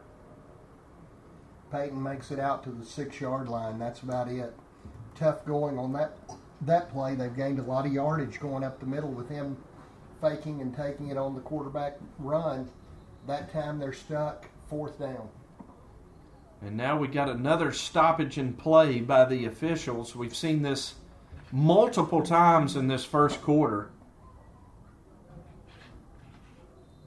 And now they're going to reset. And Peyton Hudgens is the quarterback of the Panthers. He's also the punter. And we'll see Peyton Hudgens now drop back into punt formation. Snap back. Hudgens puts his foot into it. It's a very high end-over-end kick that's going to be fair caught by Parker Prock at the Benton 40-yard line right as the horn blows to signal the end of the first quarter. Benton leads at 14-6 tonight after one quarter. Benton Junior High Panther football brought to you tonight by Ashby Funeral Home and First National Title. And Bobby, as you look over the stats for the first quarter, what stands out to you? What is standing out is 121 rushing yards for Benton. And I need my glasses. 79 for Conway, 27 passing yards for Conway, and only 2 for Benton. You would expect a little more passing yardage for Benton, but the rush has been really, really good to us. And we had the 175-yard play, 84-yard play called back. So Benton has dominated the stats. Conway's just had a big play. Panthers have dominated time of possession as well. You saw Conway score on the 155-yard touchdown run at the 4:01 mark of the first quarter. But by and large, the Panthers had the ball. In fact, Conway only ran 6 plays that entire quarter. Benton has had it for 6 minutes and 13 seconds. Conway at 1:47 of the first quarter. But Conway is in great shape right here at the Benton 40 as they take over possession following the Peyton Hudgens punt of 34 yards. And Conway going to continue to go out of this pistol look. They have 2 receivers to the wide side, an H-back right off the right tackle's hip, a split end to the left side, and they're going to give it off to the tailback, Luke Bailey, and he is going to carry for a loss of 2. And in on the tackle for the Panthers that time is number 25, Dylan Burnham. Bailey never got a chance to get going, and he got held up and wrapped up very well that time. Hopefully the defense is not going to make the mistake of not bringing him all the way down to the ground again. 2nd down and 13 as they mark it at the 43. The ball is right in the center of the field. Conway's going to send the power to the left side of the formation this time. Panthers with 8 in the box, and here come the Panthers, and they're going to run right into the teeth of that Panther blitz. And there is no room to run as Dylan Burnham again leading the charge for the Panthers defensively. Also in there on the tackle, Ethan Hambrick. This is the direction Benton wants Conway to go. They're trying to ride the coattails of number 22, the big, fast running back that Conway has, and it's just not happening. He's not getting free, not getting away this time. 3rd down and 15 as Conway has lost a total of 5 yards on consecutive runs into the center of the Benton line. And the pistol set here on 3rd and 15. McCune takes the snap. He's looking to pass, and he's going to fire over the head of his intended receiver, Riley White, at the 38. And now Conway will face a 4th and 15. Had a wide open receiver, the number 2 receiver in the end of the boundary on the right side for Conway was uncovered, just ran a little out route. Probably wouldn't have had a chance to get the first down had he even caught it, but it was overthrown by about 2 or 3 yards. Conway sending their punter on 4th and long. Benton sending the return team on, and we'll see if the Panthers choose to come after this one or try to set up a return. Nick McEwen, the quarterback, on to punt. And it was almost blocked by Deshaun Ward. It's a high kick that's going to be fielded. Now it's going to be dropped by the Panther returner, Austin Taylor. He gets back on it at the 19-yard line. But, boy, Bobby, I'm going to tell you, back to the Salt Bowl last Friday, you just hold your breath right now on punt returns for the Benton Panthers. Oh, it can be a scary thing. Real important to make that play, make that catch. And even if you don't get a lot of yardage, you've got to be able to secure the ball and not give up ground. You know, you can't let it hit and roll. You got to get to it, but don't do anything that's heroic in trying to go to get the ball if it's too far away. 1st and 10 Panthers at their own 19. 3 receivers to the near side, 1 to the far side. Hudgens looking near side. He's flushed out of the pocket now, rolling toward the sideline, and he's going to be hit, and he's going to reach the 25-yard line. And Peyton Hudgens making something out of nothing right there, Bobby, gets 6 yards. Peyton literally had nothing, nobody open. The defensive line had kind of pressured him pretty good, gotten into him pretty quickly. He immediately saw that, didn't try to do anything dumb, took it around the left edge, and made the cornerback make the play. They mark it at the 24, giving 5 yards. It'll be 2nd and 5 Panthers. 5:30 to go in the second quarter. Benton leading 14-6. Option to the right. Hudgens looking. Hudgens trying to... He ducks out of a tackle. How in the world? You're talking about a Houdini play by Peyton Hudgens. He literally ducked underneath a tackle by the Conway linebacker. You just beat me to it. I was going to call him Peyton Houdini on that play. That was incredible. He literally twisted, turned, and spun underneath the tackle and got away to get the first down. Looked like he was going to lose yardage. See, backs try to hurdle tackles from time to time. Rarely do you see him duck underneath one like Peyton did that time. Panthers going to go the quick screen out to Cade Clark. He gets a block from Braxton Slaughter, reverses his field, and now he's going to be snowed under at the 38. But it's an 8-yard hookup from Cade Clark and Peyton Hudgens, and it'll leave Benton with a 2nd and 2. Nice play by Clark to get a few extra yards. He tried to use his blockers very well and did so. Connor Burrow comes to the near side of the formation. Clark and Slaughter to the wide side. DeAnthony Harper and Sean Thornton in the backfield. Panther offensive line has done a great job blocking in both the run game and pass protection game tonight.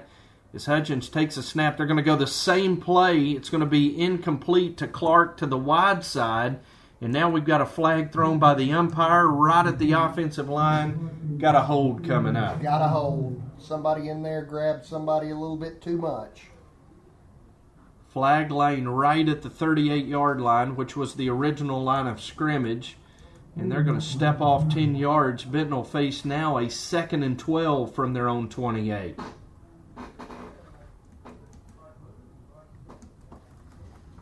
Can't make mistakes. Good Conway team, lots of athleticism. Got to be able to move it down the field and not make mistakes. You could call a hold on every play, though.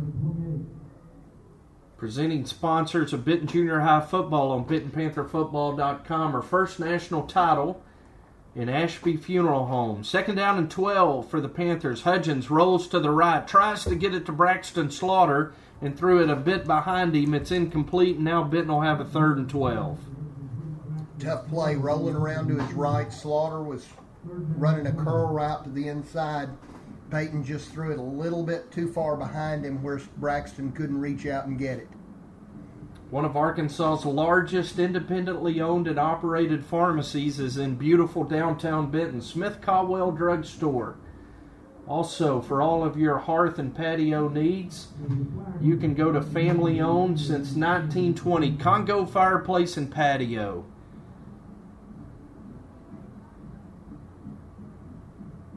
Flag on that last play is going to back it up 5 yards and leave Benton with a second down now and 17 at the Conway 23-yard line.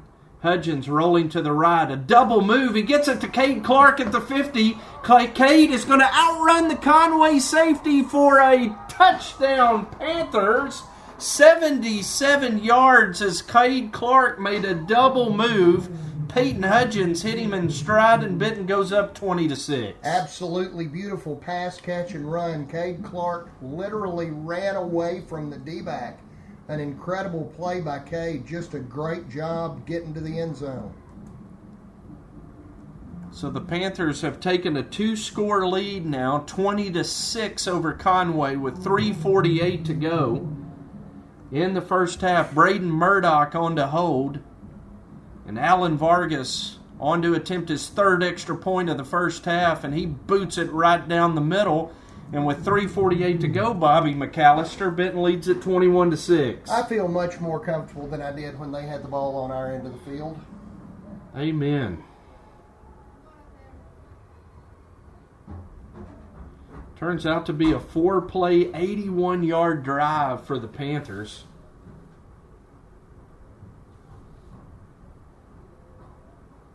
And we're seeing some unusually long drives for the Panthers tonight in terms of time.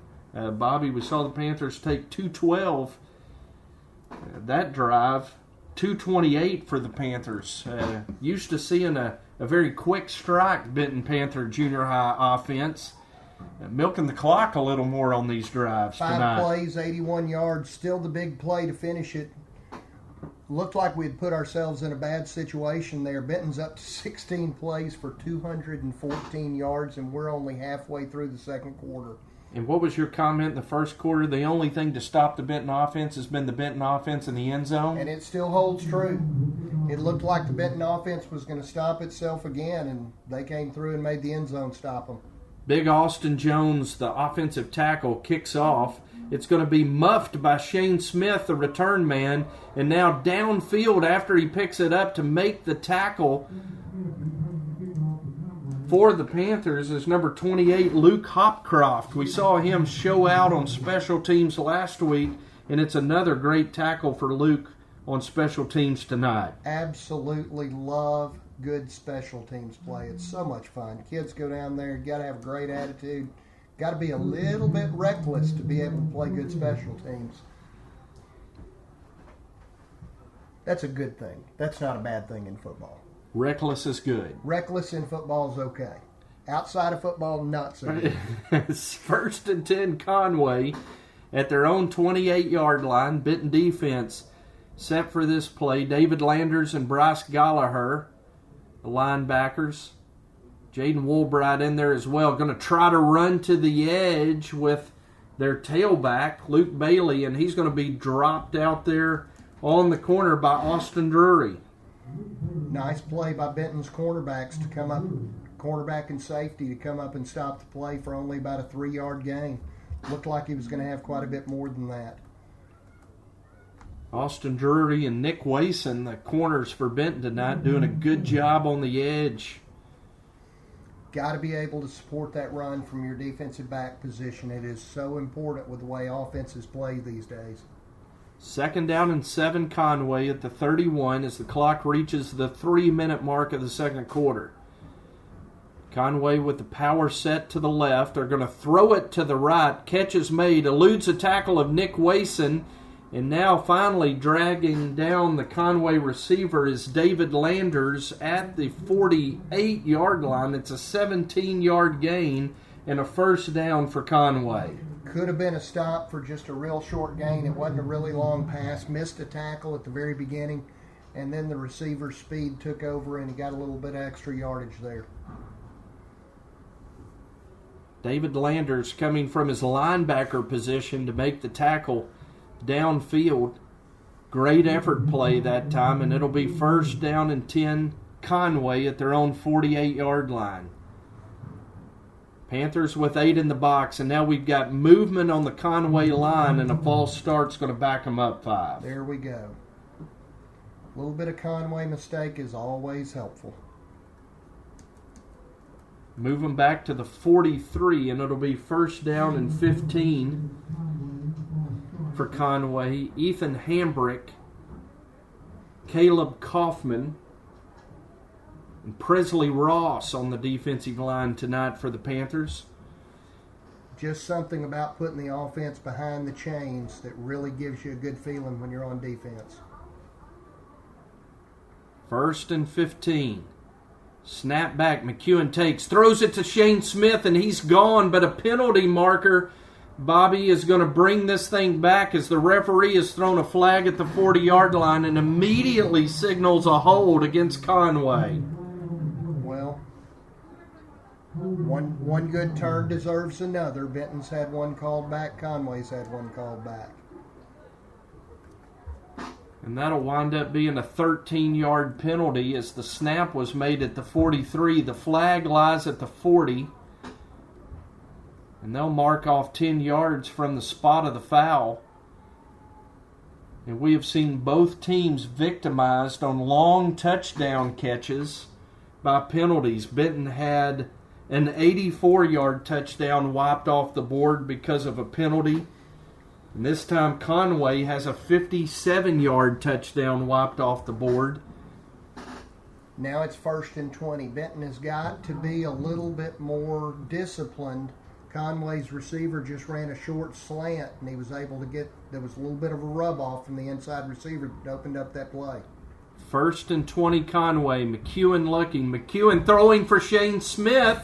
He's back there, and a late break on the ball by Austin Drury. It looked like a good play, Bobby, but the referee has thrown a flag, and it's going to be pass interference on Austin. Maybe I ought to just be quiet this time. It's one of those times, if you're watching, he made a play on the ball, but he wasn't looking at the ball. He was looking at the receiver. And I honestly believe that the only reason the referee called that penalty was because he didn't look back at the ball. It's not a penalty unless you hit the receiver before the ball gets there. He made a play on the ball, but just the opinion of the guy sitting up here in the press box, and that doesn't count. So we're going to have our fourth straight first down snap, as we've had penalties on 3 consecutive plays. It went from 1st and 10 to 1st and 15 to 1st and 20. Now it's 1st and 5 as the clock is down to 1:23. That's the good news. The clock is down to 1:23. If Benton can keep them out of the end zone here, we can go into the half with a 21-6 lead. Conway going to run it to the center of the line, and Caleb Kaufman waiting right there on the Conway running back, and it's going to be no gain. In fact, they're going to even mark him back a yard. Nice play by the interior line. Caleb Kaufman got a good push. Stopped him up, took him back a yard, and the clock is rolling. Under a minute now to go in the first half. Kind of surprised that Conway's not stopping the clock here. Conway with 3 timeouts. 2nd down and 6. McEwen takes the snap. He's looking. He tries to get it on the slant route, and coming over to knock it away is Dylan Burnham. We called his name several times tonight, Bobby, and he jumped in front of that pass intended for Riley White and batted it down. Really nice play by Dylan to jump up and get a piece of the ball, knock it away. The receiver had no chance. You know, one thing I notice is the Panthers are playing 22 tonight. They're not playing any young men both ways. And you're seeing guys whose names we didn't call last week get an opportunity to play because they're not using guys both ways. A guy like Dylan Burnham is getting a chance, and he's making the most of it. And it's smart because these kids can give greater effort for a longer period of time. On a very hot, humid night, McEwen takes the snap on 3rd down. He's trying to get it to his receiver on the far side. It's batted away by DeAnthony Harper and almost intercepted by Austin Taylor on the deflection. Great play by D-Buddy Harper. He jumped up and knocked it down. Just a fantastic move by him. 32 seconds to go in the first half, and Conway now faces a 4th and 6 at the Benton 48. And now Conway's going to take a timeout with the clock stopped to talk about their options here on this 4th down and 6. Bobby, as we mentioned a couple of our sponsors tonight, really appreciate Jared Hambrick and First National Title. They're Arkansas's largest independent title company. They're locally owned and operated. They're located at 216 Sevier Street in downtown Benton. You can give Jared Hambrick a call. He's been an escrow officer since 2008 and is willing to help you in any title business that you need. Give him a call at 315-5900. Also, since 1882, Ashby Funeral Home at 108 West Narrowway Street in downtown Benton has been assisting the families of Benton in times of grief and pain. Their motto is "Because we care," and they want you to call and talk to them about pre-arrangement needs. Speak with one of their caring professionals. You can give them a call at 778-2544. 4th down and 6 Conway at the Benton 48. And now we've got another timeout, Conway. Wow. So back-to-back timeouts, Bobby, without a snap. It's a little bit like Conway's lost out here right now. You would think they're shocked by what they're seeing from Benton.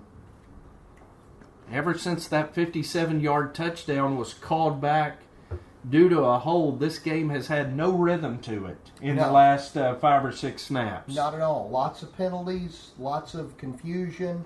Even Benton's defense had trouble lining up after the last timeout. I think this timeout may help Benton's defense more than it does Conway's offense.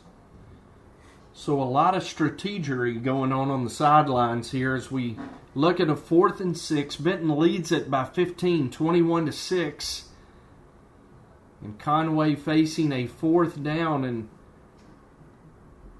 it appears as if Trent Mallett may have decided to punt this football away. At least that's how they're lining up. Now, their punter, Nick McEwen, is their quarterback. And we'll see if Conway decides to do something tricky right here on 4th and 6, running a guy out late. Don't know that I trust them to punt right here. And we'll see if they do. Snap back to McEwen. He is going to punt it. He punts it very, very high. And my word, Deshaun Ward was hit before he had a chance to field that football. And that's going to be interference with the opportunity to catch the punt. The flag is lying at the 23. That's going to be 15 yards against Conway. So with 22 seconds, Bobby, Benton's going to have it at the 38. Benton's got a chance to get another one of those big plays going on. It was a big mistake by the Conway defenders. They could have made a play on it. So it'll be 1st and 10 Panthers at the 38-yard line. 22 seconds to go. We'll see if Randy Shaw rolls the dice and tries to get more points on the board here. Leading 21-6.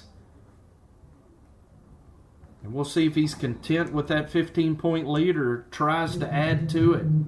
4 receivers in the formation, 3 to the right, 1 to the left. Sean Thornton, the lone back with Peyton Hudgens.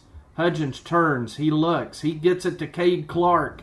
We've seen the Panthers score once on this play tonight. Cade's going to carry it over the 50 down into Conway territory. He gets out of bounds at the 40. That's 22 yards on the completion to Cade Clark. Great play by Cade to get down the sideline, get out of bounds, get all he can get. 3 seconds, 3.4 seconds left to get one more play off, and the clock is stopped and will not start until the ball snapped. So Cade gets out of bounds, 3.4 seconds, trips to the left. Hudgens dropping back. Hudgens going to air it out, looking for Cade Clark. It's deflected, and it's intercepted on the deflection by Conway as the horn sounds, and the first half has come to a close. It is 21-6. The Benton Panthers lead the Conway White Wampus Cats at halftime. We're going to take a 1-minute break, and when we come back, we're going to have Coach Shoup and some of the Benton Junior High volleyballers join us here at halftime. This is Benton Panther Football on BentonPantherFootball.com.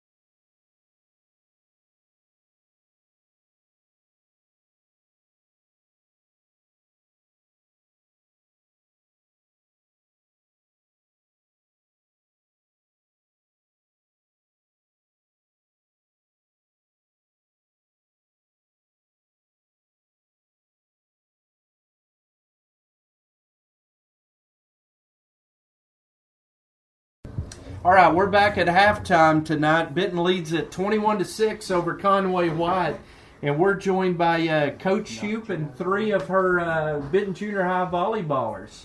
Good to see you. Thank you. It's glad to be back. How's volleyball season going for Benton Junior High? We have started off like gangbusters. We are currently ahead in the conference. I'll let my girls talk about that a little bit more. But we hit it running. When we started school, we started playing conference. No non-conference games in volleyball. Not this year. We've got one against Lakeside at the end of at the very end of the year, and then we had a 9th grade tournament at Benton, and then we've got a 9th grade tournament coming up in a week and a half. But none of the games against any of the people we play count as non-conference. They're all conference this year. Do you like that as a coach? I do not like that. I probably voted for that, but I would like a way to get started and get a little rest off. I think it actually benefits Benton volleyball because we're always going to be ready to play. We're going to put in the time in the spring and in the summer, so it's going to benefit us. But personally, as a coach, I would like to have a couple games there to play with the lineup and do a few things that you don't normally do in conference. Okay, Coach Shoup, stay tight. I'm going to bring in 3 of your girls here. Mary Grace, we're going to start with you. Mary Grace Guerra, you're a freshman? Yes, sir. What position do you play? I play left side, outside, and left side defense. Left side, outside, and left side defense. So what's your role in those positions? On front row, I hit on the left side, and on back row, I play defense. So you don't get to spike it? I do. That's when I. Oh, you front do? row. Yeah. Okay, so spiker, hitter. I'm a football, baseball guy. So She's a spiker, plays left side defense, has to dig their strongest hitter, so she has to read the angle, and then she gets set a lot because an outside is an easier set. And her serve also, she's a really strong top spin serve. okay. Now correct me if I'm wrong. Y'all's toughest opponent last year was Conway, Probably white. and y'all opened the season with them. Was that y'all's first game this year? And how did y'all do against them? We played really well. We worked together a lot as a team, and we beat them pretty well. That is awesome. That is good to hear. Awesome. Okay, Lydia Buchanan is going to join us. Lydia, what position do you play? I play setter and right side hitter. Right side hitter? Okay. And She's the quarterback. Since you're a football person. Okay. Yeah. Point guard. Okay. Point guard, quarterback. Okay. Do you like that role? I love that role. Responsibility? Do you feel a lot of I feel responsibility? like I control the court. It's a really good feeling. Yeah? Yes. So you're a leader. I mainly run the court, so yes. Yeah? Are you that way in school too, or just in volleyball? No, not in school. I'm normally shy in school, but on the court I feel like I can. She's growing into this role. Yeah. And she's matured a lot. She played up last year as an 8th grader and set for the 9th grade team last year. Got really long arms, very athletic. And she's growing into the role. We can look at each other and she'll know I should have done this or I should have done that. And all I have to do is shake my head. Very, very well. She listens to what I say and I don't necessarily have to say things verbally to her. Awesome. Very good, Lydia. So what's your favorite subject in school? English.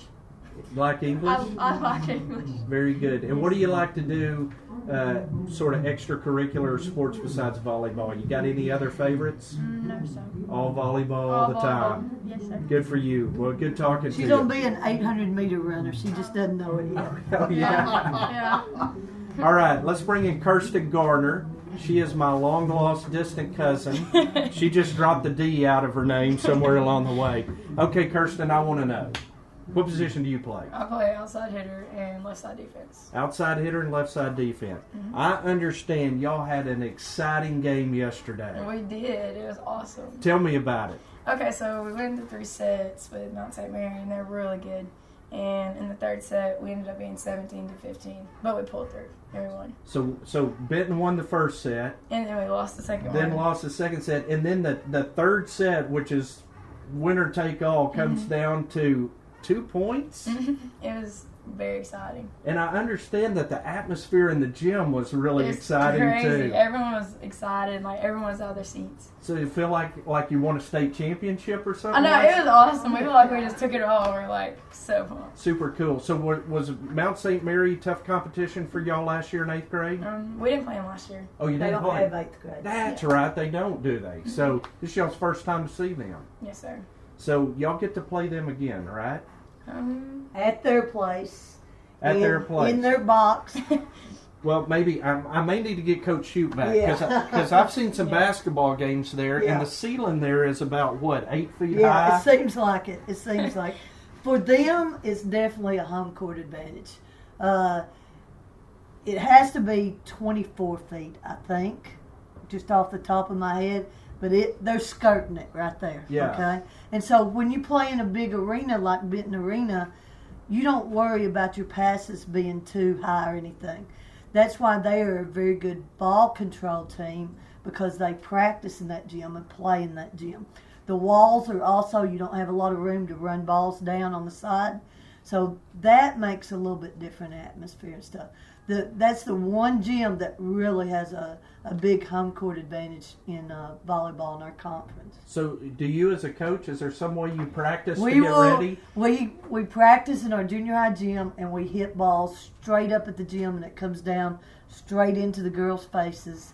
And I think this year we're going to try and get into one of our elementary gyms, because that is more like a box. Okay, I We do everything we can. I thought you might say y'all go in the cafeteria and We've practice. thought about it. We have, yeah. Miss Kellogg wouldn't go for that. Yeah, though. because when you're at Mount St. Mary, it feels It like does, that. it So, does. well, Kirsten Garner, Lydia Buchanan, and Mary Grace Garrett, they are undefeated right now. Benton Junior High Lady Panther volleyballers, and we Next want y'all to match. stay there that way.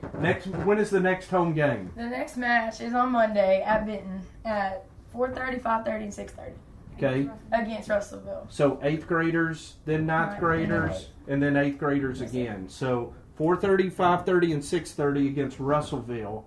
And we want everybody to come out and cheer these girls on. I wish I'd been there yesterday. We need a lot of supporters Okay. to help us get pumped up. Absolutely. Well, I tell you what, I'm going to come. Actually, Do it. they will get everybody pumped up. They don't need any help. They will get the crowd pumped up. All right. So you want to come next Monday, 4:30, 5:30, and 6:30, and watch the undefeated Benton Junior High Lady Panther volleyballers take on Russellville. Girls, thanks for joining us. Thanks for having us. Coach Shute, thanks for joining us. Glad And, to be here. Best of luck for another conference championship. Thank you. Okay. All right. That's Benton Panther volleyball, and we appreciate the girls and Coach Shute joining us here at halftime. We're going to step away for a minute, and we'll be back for the second half of Benton Junior High Panther football. Benton leads Conway 21-6 at half.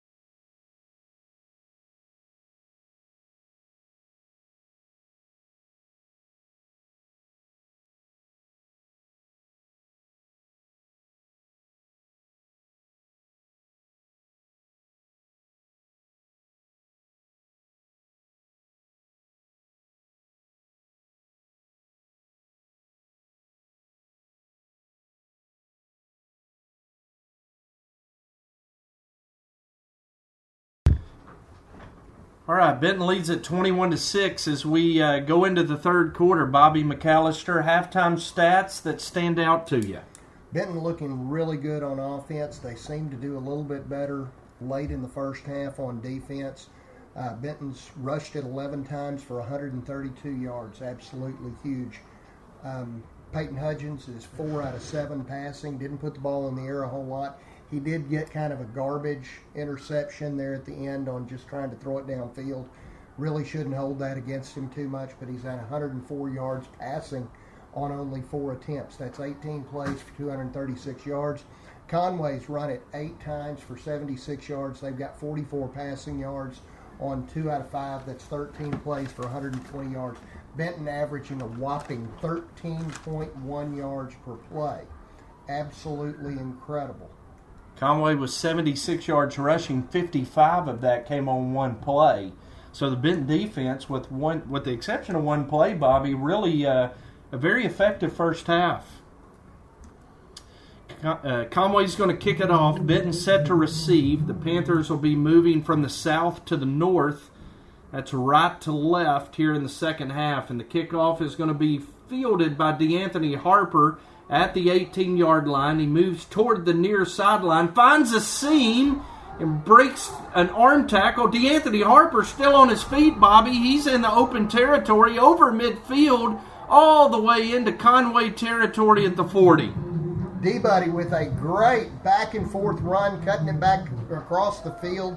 Started on the right hash mark, cut it all the way across the field, broke tackles everywhere.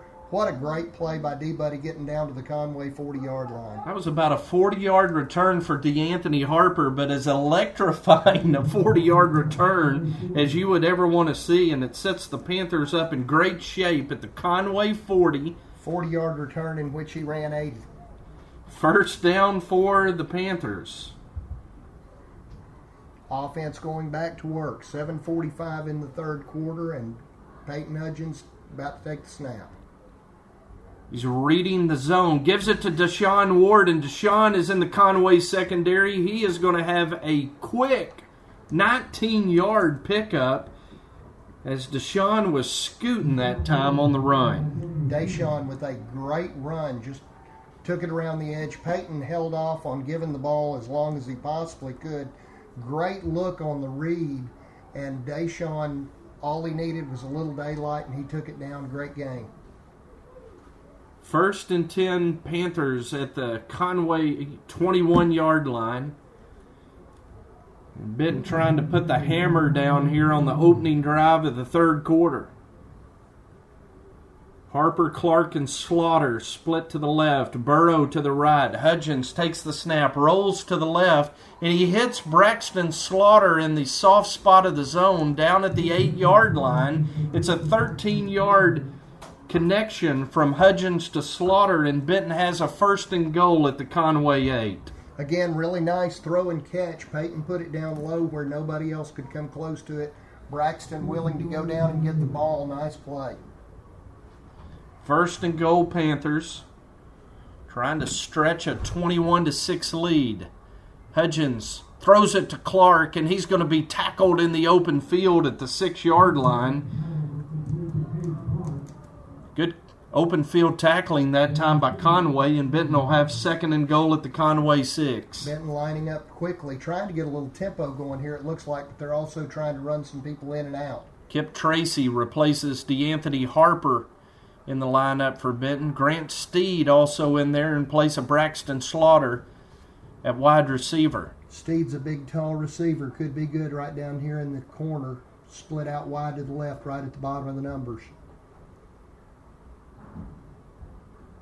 Looking left, trying to get it to Cade Clark, and he couldn't come up with it at the 6-yard line. It's incomplete, and Benton will have 3rd down and goal at the Conway 6. Can't let this opportunity go away. Benton down here at the 6-yard line, 3rd down. Got to punch it into the end zone and make that lead even bigger. Panthers are going to move Clark, Steed, and Tracy to the right side of the formation this time. Sean Thornton is the lone back behind Hudgens. Give it off to Sean, and Sean is going to go virtually untouched into the end zone as that Panther offensive line doing a great job that time opening up a hole. Jackson Shelton, T. Shane Pagay in there. Justin Bearden helping block. Austin Jones, Jackson Shelton. Just a great job by that Panther offensive line.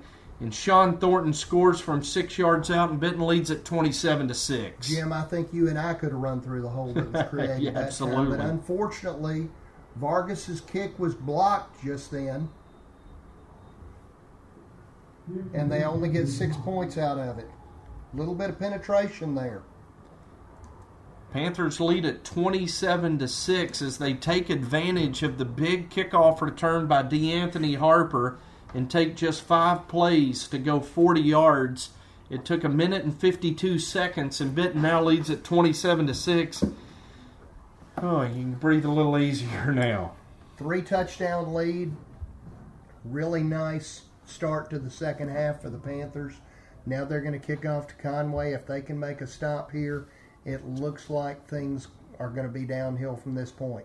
Really surprising, because I thought this would be just as tough a game as last week was. I'll tell you, the bounce back, Bobby, from that loss last week, it's kind of been a character check week for this group that didn't lose last year. They've responded well tonight. They have. You cannot complain about the way the kids have come out and played tonight. They have really put it together, played well in every facet of the game. A couple of turnovers, mistakes, but they're playing well.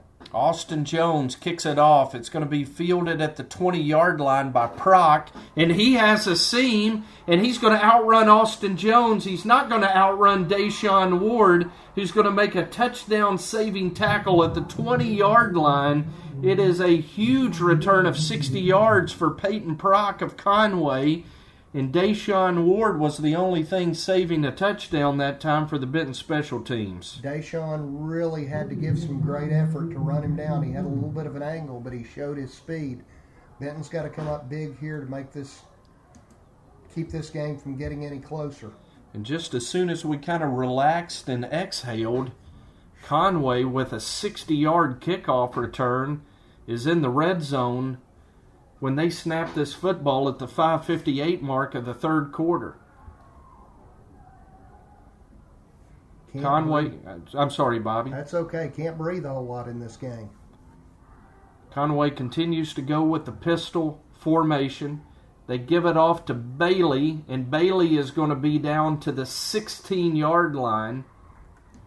And Bryce Gallagher made the tackle for the Benton defense. A little bit of a hole there right up the middle for Bailey for Conway. Hopefully the defense can stiffen up here. It's going to be second down at about 6. Luke Bailey been the featured back for Conway tonight. He's a long, lanky young man. Looks like he's a future Wampus Cat running back at the high school if he keeps going. McCune takes the snap. He's looking for Smith, his flanker, who makes the catch. Deshaun Ward upends him, but it's going to be a first down Conway at the Benton 6-yard line. 11 yards on the reception. Again, just a little slant pass out on the left edge. It's been open. We're having to give a little room. He's a big receiver, every bit as big as Bailey, the running back. And very fast. And very fast. Nice job of making the tackle. You cannot complain about the tackle. You just kind of hope that they can come up and make a play on the ball before he makes the catch. Conway now down inside the 10-yard line, going to bring a couple of tight ends in. They continue to go with a one-back set, 2 flankers to each side of the formation. McCune gives it off to Bailey. Bailey is going to be hit and dropped very near the goal line as, again, Deshaun Ward comes up to make the tackle for the Benton defense. Bailey down to the 2. Deshaun Ward making the play. Great tackle by Deshaun back there, but you really don't want your free safety making tackles down there on the goal line. You'd like to see the D-line and linebackers get a little penetration and make a stop here. Freddie Reinhardt on the Benton sideline, hands on hips. You can just tell Freddie must be perplexed down there that Conway's threatening to narrow this Benton lead. 2nd and goal at the 2-yard line. And it appeared Conway had a false start, but they give it to Bailey, and he's going to be in the end zone. No flags on the field. And with 3:51 to go in the third quarter, Conway's cut the Benton lead to 27-12. Just again, Bailey running up the middle. Benton having to give a little ground there. Conway's pretty large offensive line getting some movement in the defensive line. And Bailey walks into the end zone. Will Hogue on for the extra point. Nick McEwen, the quarterback, is the holder for Conway. 4 plays, 20 yards on the drive for the Wampus Cats. The hold is down, and Hogue, with that strong leg, boots it through, and it's a 27-13 game, Bobby, with 3:51 to go in the third quarter. Conway has tightened it up. Every time we think we can breathe a little bit easier, Conway makes it a little more difficult. 2 minutes, 17 seconds it took Conway to go the 20 yards. 3 run plays, 1 pass play. And it's now 27-13 Panthers.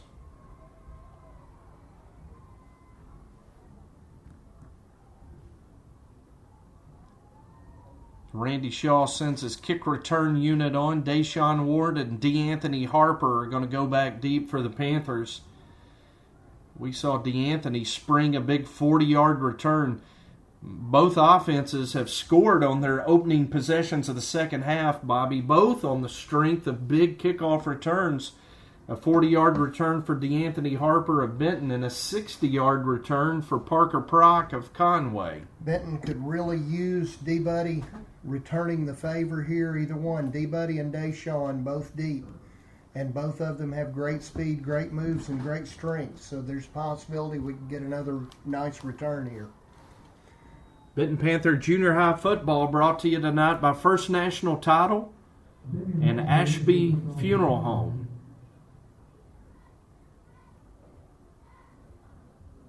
And back to kickoff for Conway, Damian Lopez, big offensive lineman. He's going to take a big running start. I've never seen a kicker high step his way to a kickoff. But Damian Lopez just did. Kip Tracy finds a seam on the return. He's over midfield in Conway territory down to the 37, and we're going to have another short field for the Panther offense. Nice return by Kip Tracy. He picked up the bounding kick. It was kicked on the ground intentionally, it looked like, and Kip just took it around the left side where he knew the return was headed and ran it all the way back to the Conway 37. Have you ever seen a kicker approach a kickoff that way? He started 15 yards back from the ball and was high-stepping like a Clydesdale. He could make a Budweiser. Wait, I can't say that on a high school broadcast. He could make one of those commercials from St. Louis. 1st and 10 Panthers at the Conway 37. Going to give it to Sean Thornton right ahead. Thornton with a big hole. He's in the Conway secondary. Rumbles down to the 14-yard line. And it is a 23-yard gain for Sean Thornton on first down. I honestly don't think very many of those Conway defenders wanted any part of Sean. Who we got limping off? 68. Coming to the sideline, Tristan Redd. Tristan Redd limping off the field. And replacing him is Todd Smith at right guard for the Panthers. Boy, Tristan, a huge part of that Panther offensive line. Hopefully, had a heck of a game tonight so far. I'm going to give it to Thornton again, and he's going to pick up 2 yards that time. Great game tonight from Sean Thornton. He hadn't had a lot of touches, but when he had, he's made the most of them. You know, this has really been a game that has been an entire team effort. Lots and lots of different folks contributing and contributing well. Now Adam Archer checking in for the Panthers on the offensive line, replacing Todd Smith. 2nd down and 8, Benton at the Conway 12. Option to the right. Pitch to DeAnthony Harper. DeAnthony finds a little space, gets over the 10-yard line, and it looks like they're going to give him the 9. It's a pickup of 3, and Benton will have 3rd down and 5 at the Conway 9. Benton's finding it awful tough going down here inside the red zone. Conway seemed to step up the defense just a little bit, and Benton is having a hard time getting the ball forward. 3rd down, fairly long, 5 yards to go. Probably looking at a passing down, but it makes you feel really comfortable with the set of receivers and the quarterback Benton's got. It's been a quick-moving 3rd quarter as both teams have stuck primarily to the ground, only 3 passes in the quarter. And here comes the 4th as Peyton Hudgens rolls left, and he's going to overthrow Connor Burrow in the end zone, incomplete. And now Randy Shaw has a decision to make on 4th and 5. Well, you know, that was an intentional overthrow. Connor never had a chance to get to the ball, and Peyton never had a chance to put it on him because he was very well covered by the Conway corner. Looks like Benton's going to come out and try a field goal that will end up being about 26 yards. Alan Vargas is coming on to attempt the field goal. Braden Murdoch will be the holder. The ball rests just over the 10-yard line. They're putting the tee down right on the 15. Little worried about that tee placement. Ball is down. Kick is up by Vargas, and it is no good, just off to the right. And after, Bobby, I'm with you, after seeing the last extra point blocked, you usually set that tee at about 7 yards. Tee needs to be 7 yards back. There's a lot of good reason for that. Allen got some good height on it, but I honestly think he was forced to get more height on that kick than what he really needed to. And a kicker just has a difficult time doing that and maintaining his accuracy. It needs to be 7 yards back so the front line can't get up and get to the ball. And that one was at about 5.5. And that one was at about 5.5. It changes the entire trajectory, changes the way the kicker has to approach the ball, and you've got to be consistent about that. Bobby McAllister, our guru of special teams play. Played on a few of them. Yes, you did. You have. 1st down and 10 for Conway. There's a penalty marker as the pass is complete. And a host of Panthers are going to meet up with the receiver, Javante Reed, at the 28-yard line, and we'll see what the penalty marker is. Looks like it's going to be illegal motion against Conway, and that's an 8-yard reception that's going to be wiped off, and a 5-yard penalty assessed on Conway.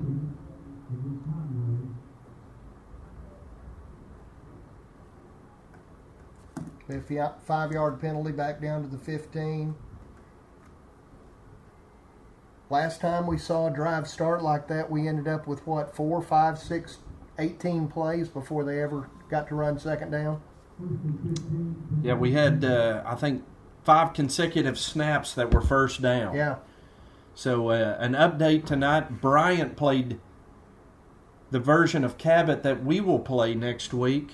Bryant led 35-6 at the half, won 35-20. Final score, there's a pitch and catch over to Shane Smith, the speedy receiver for Conway, but Nick Wason there on the tackle immediately for the Panther defense. And that's the way you play a big, good, strong, speedy receiver. They're not given a lot of cushion in their alignment. They're given probably 5-6 yards of cushion is all in the alignment. Wason just ran a stop route about 4 yards down the field.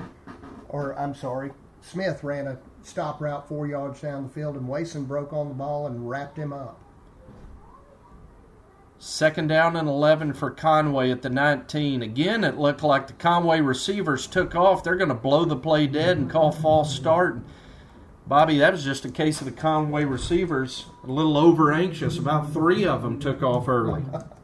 Well, that's one way to get open. If you start before the ball moves, you got a chance. And the CFL, that would have been perfectly fine. Well, there's some of us that needed that. You know, they ought to have special rules for guys that run really slow. Yeah. If I could have got a 2-second start before the ball was snapped, I might have been an incredible receiver. or a CFL, you get these 20-yard head starts. Yeah. On those crazy motion plays. But I needed to go across the line of scrimmage. They don't cross the line of Yeah. scrimmage. I needed a 5-yard cushion down the line of scrimmage. 2nd down and 16 now, and McEwen is going to throw to the center of the field, and that was a really good catch by Riley White, his inside receiver, a diving catch at the 27-yard line. It's a pickup of 13 yards and going to leave Conway with a 3rd and 3 as the third quarter comes to an end. That leaves Conway in a much better situation for 3rd down, much more makeable 3rd and 3 than where they were sitting back at about 3rd and 17. And this offense, it's funny, but they haven't been able to get very many short plays. They stick themselves in bad situations, and then they might bust a 60-yard play. Don't want to give up a big play here on 3rd and 3. Conway will snap it from their own 27, and that'll be the first play of the fourth quarter. Want to remind you tomorrow night, the Benton Panthers have their season opener against the Little Rock Parkview Patriots, two teams that were rivals in the 6A South the last 2 years. And, Bobby, that was the conference opener in Week 4 the last 2 years. And two really good games. Benton won at Fair against Parkview 28-19 2 years ago. And an extremely talented Parkview team came here last year, and Benton was able to pull out a 30-17 win. In the immortal words of Coach Rusty Davis, Parkview this year is not the same team they have been the last couple of years, but they've got just enough athletes to make you nervous. They've always got several good athletes. Parkview's a really good school. It's attracted a lot of students, and I know they're missing Keith Jackson's son this year. He's transferred out, but they're still going to have some good players. Coylin Jackson's the one they're missing. He's transferred out. They're still going to be a tough team. 3rd down and 3 for Conway. McEwen takes a snap, rolls out, going to hit Riley White in the flat, and it'll be a 1st down for Conway up to the 36-yard line, a pickup of 9, and then on the tackle is Dylan Burnham for the Panthers.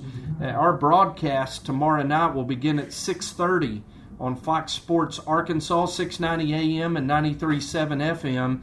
And our first live video stream of the season. We're not able to live stream the Salt Bowl every year.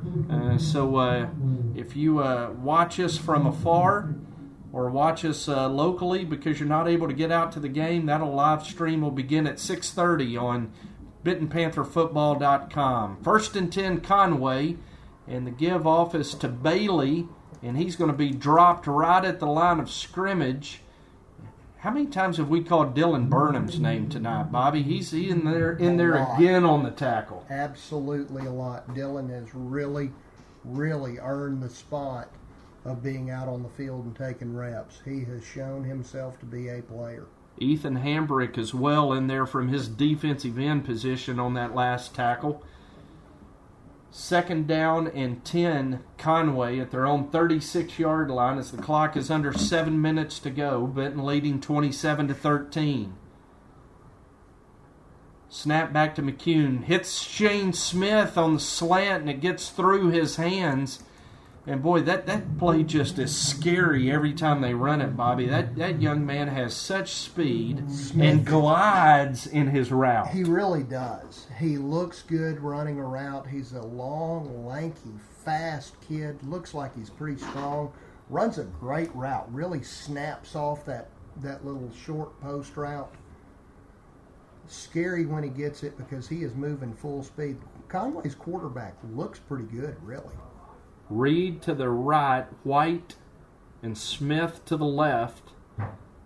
Bailey, the back in the backfield. It's a high snap. McEwen goes up to get it. Now it's bouncing on the turf. And did the Panthers come up with it? Yes, they did. Who came up with the football, Bobby? That's number 56. Presley Ross recovering the fumble for Benton. Snap was just high over McEwen's head. He couldn't come up with it. Presley Ross dove on the loose ball, and Benton is in business at the Conway 29-yard line, leading by 14.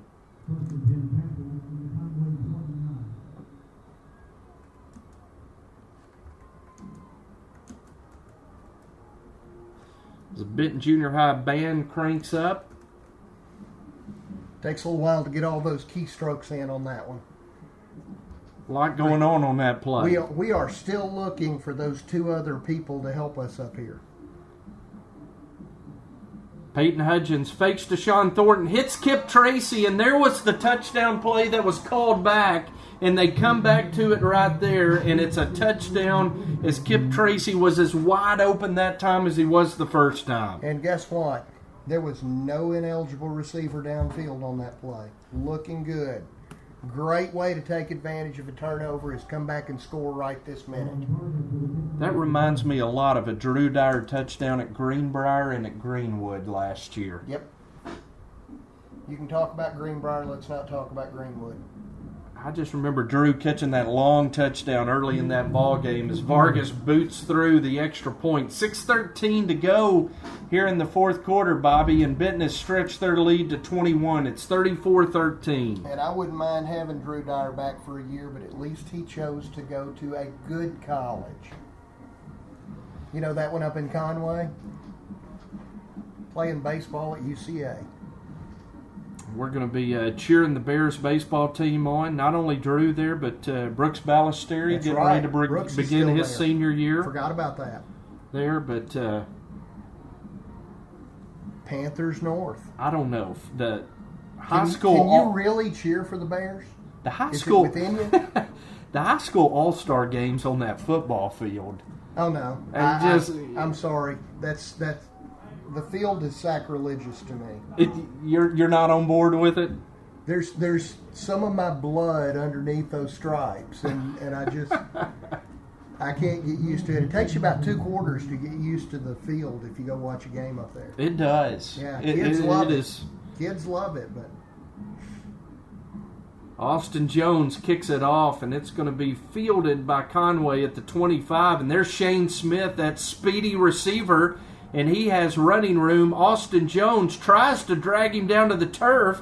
Shane Smith reverses his field, and he's got running room along the Panther sideline to the 20 to the 15 before he's going to be tackled by Cade Clark. And boy, there was so much going on there. Shane Smith's speed. Austin Jones tried to sling him to the ground, and Smith just sort of pirouetted out of that and made about 40 more yards. Smith comes upfield, looks like he's going to get tackled, spins, goes backwards about 5 yards. What did he return that? From the 25 down to the 12? So about 70 yards on the return, about 90 yards on the run. Yeah. First down and 10 at the Benton 12, and Conway trailing by 21. McCune takes the snap, gives it off to Bailey. Bailey with running room, trying to get to the edge, and he does and gets to the end zone, and Conway has scored in one play. Just a great run by Bailey. He took it around the right side again, just like he did earlier in the game. Cuts it inside of the D-backs who've overrun it a little bit and takes it into the end zone. That's, you know, it makes you nervous. Thankfully, we're down at 5:48 of the fourth quarter, but Conway is really not giving up. And I'm going to tell you that the last special teams play in that play, the Panthers may look a little tired to me. They look tired. It's hot. It's a long night. Extra point by Will Hogue is drilled through the uprights, and Conway's made it 34-20, Bob. Conway is really staying with it. It's difficult to keep up with them. Benton's played a great game tonight, put up 34 points in a junior high game. That doesn't happen every night. But Conway has such a big play offense between Bailey and Smith and a quarterback that can really get the ball to them. They're a good team. Benton is 14 points ahead of a really good team. We've got to watch out for the onside kick here. Got to be thinking about that. Conway with 20 points on the board. They've got 3 touchdowns tonight. 2 of them came on one-play drives. Back in the first quarter, a 55-yard run by Bailey. And that last play, a 12-yard run by Bailey, set up on the 68-yard kickoff return by Shane Smith. And 5:48 to go in this one. Conway down 34-20, and the Panthers are set up expecting an onside kick here.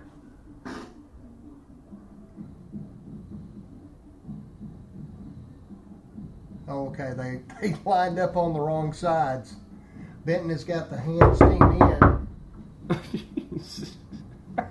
And that was our friend Scott Nethery, athletic director of Benton, just making sure we were awake up here. Hard to sleep with a 34-20 game. Benton's got the hands team in. Deshaun Ward is the only receiver back. Let's see what happens, because if they do try to kick it deep to Deshaun, there's a good chance Deshaun could run it back. Panthers with 10 guys within 3 yards of the 50. Just bunched up, fully expecting. And here's our buddy, Mr. Lopez, our fun kickoff guy. And he's going to go ahead and boot it deep. And Deshaun, it gets through his hands. He's going to pick it up at the 12-yard line and nowhere to go. Deshaun breaks 2 tackles, and now he's got room to run. He's going to take it all going to catch him. Maybe they are, Brock. Oh, he did catch him at the 11-yard line. Oh, my. Credit Parker Prock without giving up, but Bobby Deshaun Ward broke 2 tackles inside his own 15-yard line, and then there was nobody in his way. You know, it's really dangerous when you got a bunch of big guys, and I realize they've got Prock and a couple other guys out there, but they had some big guys lined up for Conway on their kickoff team. And it's really dangerous when you got a guy like Deshaun down there returning kicks to leave him with an opportunity to run it back, and that's exactly what they did. Deshaun returns it 76 yards, and after Conway began their last possession on the Benton 12, Benton begins this drive on the Conway 12, and they score in one play as Peyton Hudgens takes it up the middle on the zone read for a touchdown. And it is now 40-20 Benton. Wow. Holy cow. Wow. Again, Peyton Hudgens with the read. He's got D-Buddy going to the left, rides him, and then takes it back away from him, runs it right up the middle through a big hole, cuts around a couple of Conway defenders right into the end zone. Well, we saw an 8th grade game with a 39-28 final score. We've got a freshman game with 5:26 still to play in this one. And Benton, an extra point away from going up 41-20. And Vargas's PAT is good. That's exactly the score with 5:26 to go in the ball game. It's 41-20 Panthers. And you know the bad thing about it, Jim, is we've got a 21-point lead with 5:26 to go, and with all the big plays we've seen in this game, it's not safe. No, it's really not. But it would feel a lot safer if we could really cover a kickoff right here. If we could cover a kickoff, if you know, I'm wondering maybe we ought to just kick one short and keep it out of the hands of Smith and Bailey. We saw a very conventional sort of third quarter. This fourth quarter has been anything but. Presley Ross recovered a fumble for the Panthers. Benton scored on one play, Hudgens to Tracy. Conway returned the kickoff 68 yards and scored on one play. Luke Bailey from 12 yards out. Deshaun Ward returned that kickoff 76 yards, and Peyton Hudgens just scored on from 12 yards out. So we've seen 3 consecutive possessions, 3 touchdowns on 3 one-play drives. As Vargas boots it, and Smith is going to field it at the 21. He's looking for a place to run, and he's not going to have any room to run, as Austin Taylor covered it very well that time for the Panthers. Jaden Shoemate as well in on the tackle for the Panthers special teams. Benton tried something a little different that time. Instead of Austin Jones kicking off, used Alan Vargas. Allen got a little bit more height on the kick, kicked it the other direction, and Benton was able to cover it a little bit better. Conway will have it on their own 27 with 5:20 to go. Benton leads it 41-20 here in the fourth quarter, and now the Panthers getting some substitutions in the ball game. McCune stays in the ball game for Conway. He's trying to get it to his receiver, and he makes the catch in Panther territory. That's Javante Reed on the catch for Conway. And in on the tackle for the Panthers is Braden Murdoch. It's going to be down to the Benton 37-yard line. A pickup of 13 plus 23 is 36 yards, and it'll be a Conway first down. You know what's amazing is Benton in 4 kick returns has almost as many yards returning kicks as Conway does in offense tonight. Give it off to Bailey on the stretch, and he's going to be, well, that's Proc this time. He's going to be inside the 30, down near first down yardage, and he's going to have it as they're going to give him the 26-yard line. In on the tackle for the Panthers is David Landers and Kobe Gosviner. At least, even if Conway bites chunks of yardage, at least their offense is slowed down just a little and running some clock. 1st and 10 Conway at the 26. Strength to the right of the formation. McEwen throwing, and that's almost intercepted by Dalton Taylor. Really nice play by Dalton Taylor. He didn't misjudge the ball. He jumped up, went for the ball, had a taller receiver behind him, but he was able to get enough of the ball to knock it down out away from the receiver. Saw Dalton have a very good game in the scrimmage against Lakeside. He did. And Dalton's an athlete. He's young, he's a little small, but these kids are going to grow up. That athleticism doesn't leave them. Did a great job at corner and a great job at quarterback in that scrimmage. Didn't see him play last week against Marion, and comes right in and announces his presence with a pass defended right there. 2nd down and 10 Conway. They're going to give it off. That's a new running back in the game for Conway, Matt Kulbith. And he carries it down to the 25-yard line where he is tackled by Presley Ross. Defense stiffening up a little bit in here. Conway bringing in a few extra players. Still got Smith in there, though. That's the scary one. McCune to Smith has been a deadly combination tonight. 3rd down and 9 Conway. They gave Kulbith 1 yard on that last play.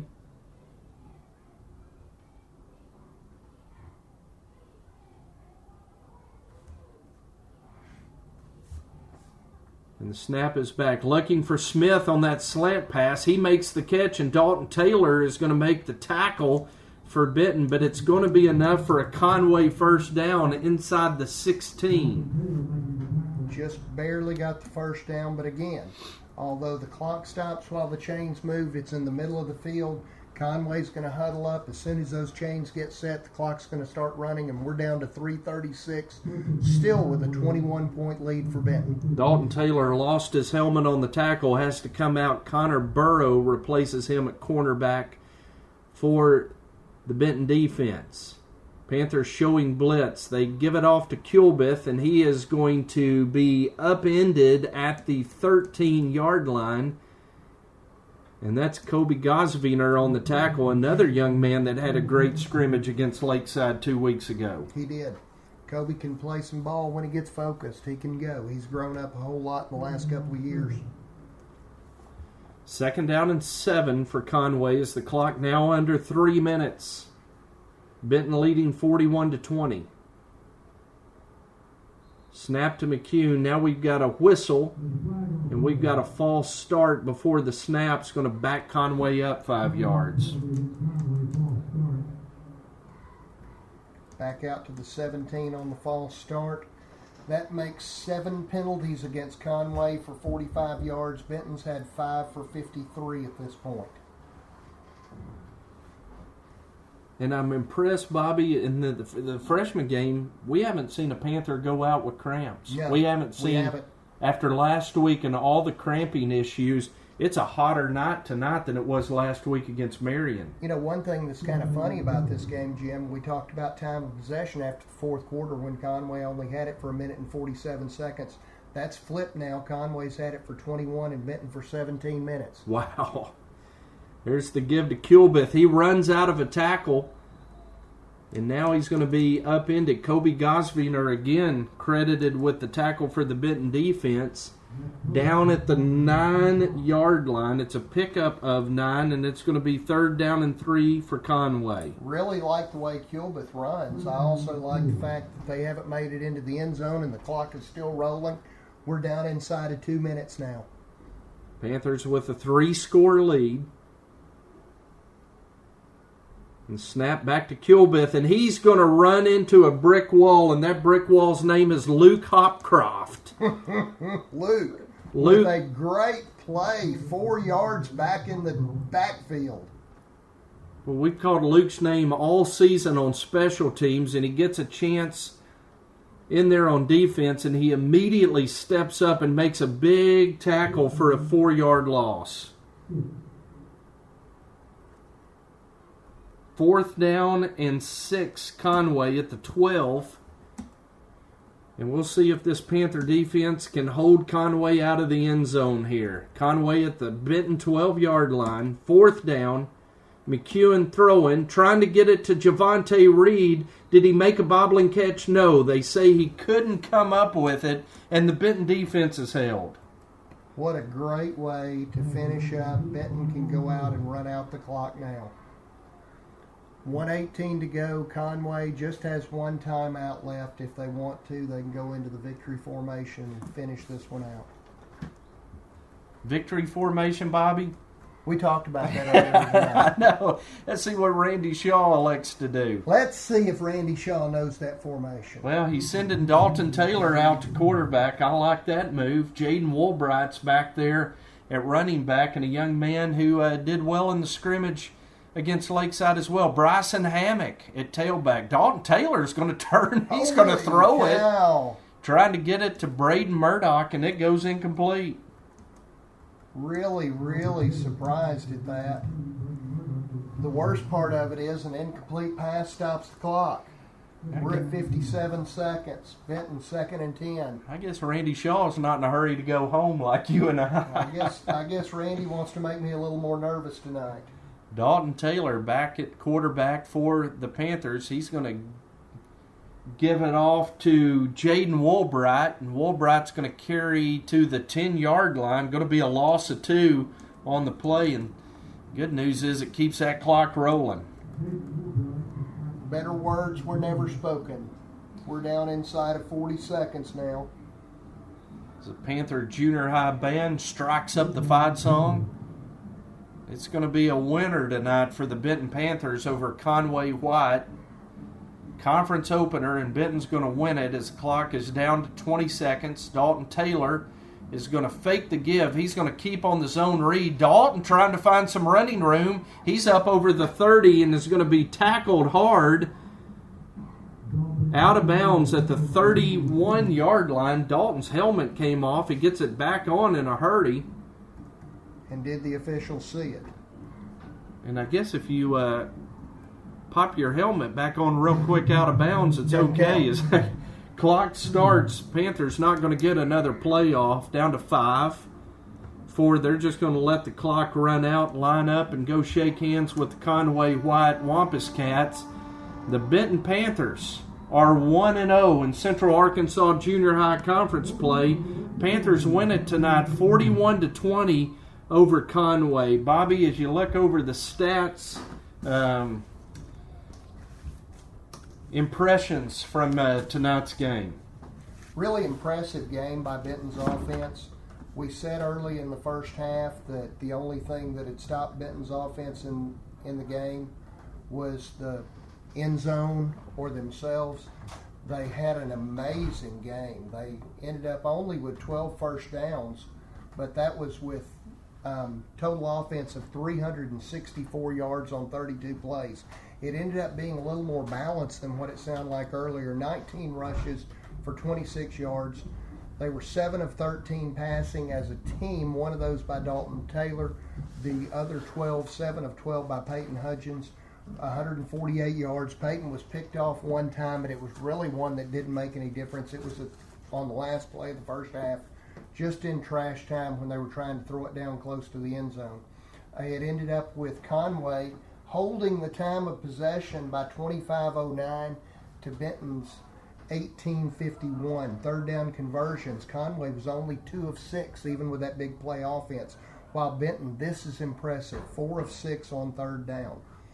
Conway turned the ball over a couple of times on fumbles. Benton turned the ball over. That was pretty even. Bailey, 11 rushes for 90 yards. Let's see who we got. Oh, wow. Peyton Hudgens, 11 rushes for 115 yards. Sean Thornton, 4 for 60. Dalton Taylor, 1 for 21. Deshaun Ward, 1 for 19. DeAnthony Harper, 1 for 3. And Jaden Woolbright, 1 for -2.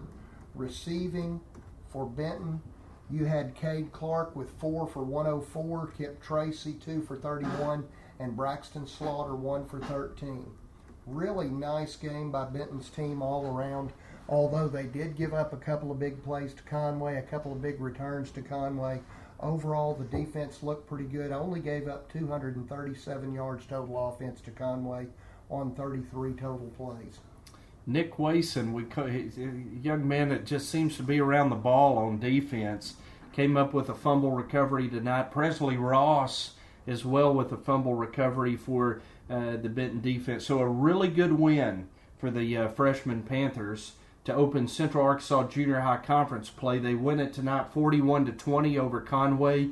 8th graders suffered a loss tonight 39-28 in the opener. And the 7th grade Panthers tonight fell 14-6 to Christ the King over at C.W. Lewis Stadium. We're going to be right back here at the Palace tomorrow night as the Benton High School Panthers open the home slate on the schedule against the Little Rock Parkview Patriots. An old 6A South rival comes to Benton.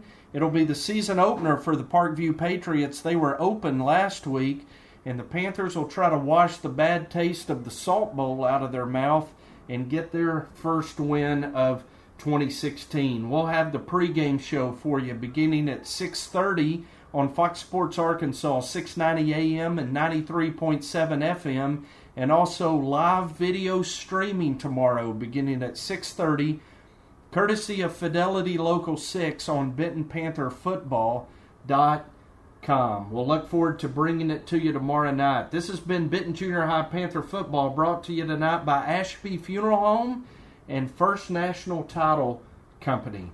Bobby McAllister, Jim Gardner. Glad your daughter's doing well. She's been in our prayers today, and She's glad. struggling a little bit tonight. Had a little bit of trouble. Probably gonna call her as soon as I walk out of here, if it's quiet enough down there. But love the prayers. Appreciate it.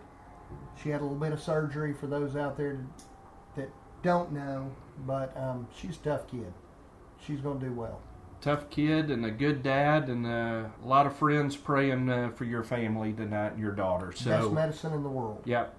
Some things are more important than football, and having healthy kids is one of those. So keep Rachel in your prayers tonight, and we'll be back here and all reconvene tomorrow night for Benton High School Panther football. So for Bobby McAllister, for Matt Johnson, who makes it all happen, for Freddie Reinhardt, the #1 Benton Panther fan, this is Jim Gardner. We'll see you tomorrow night. Benton freshman Panthers win 41-20 over Conway.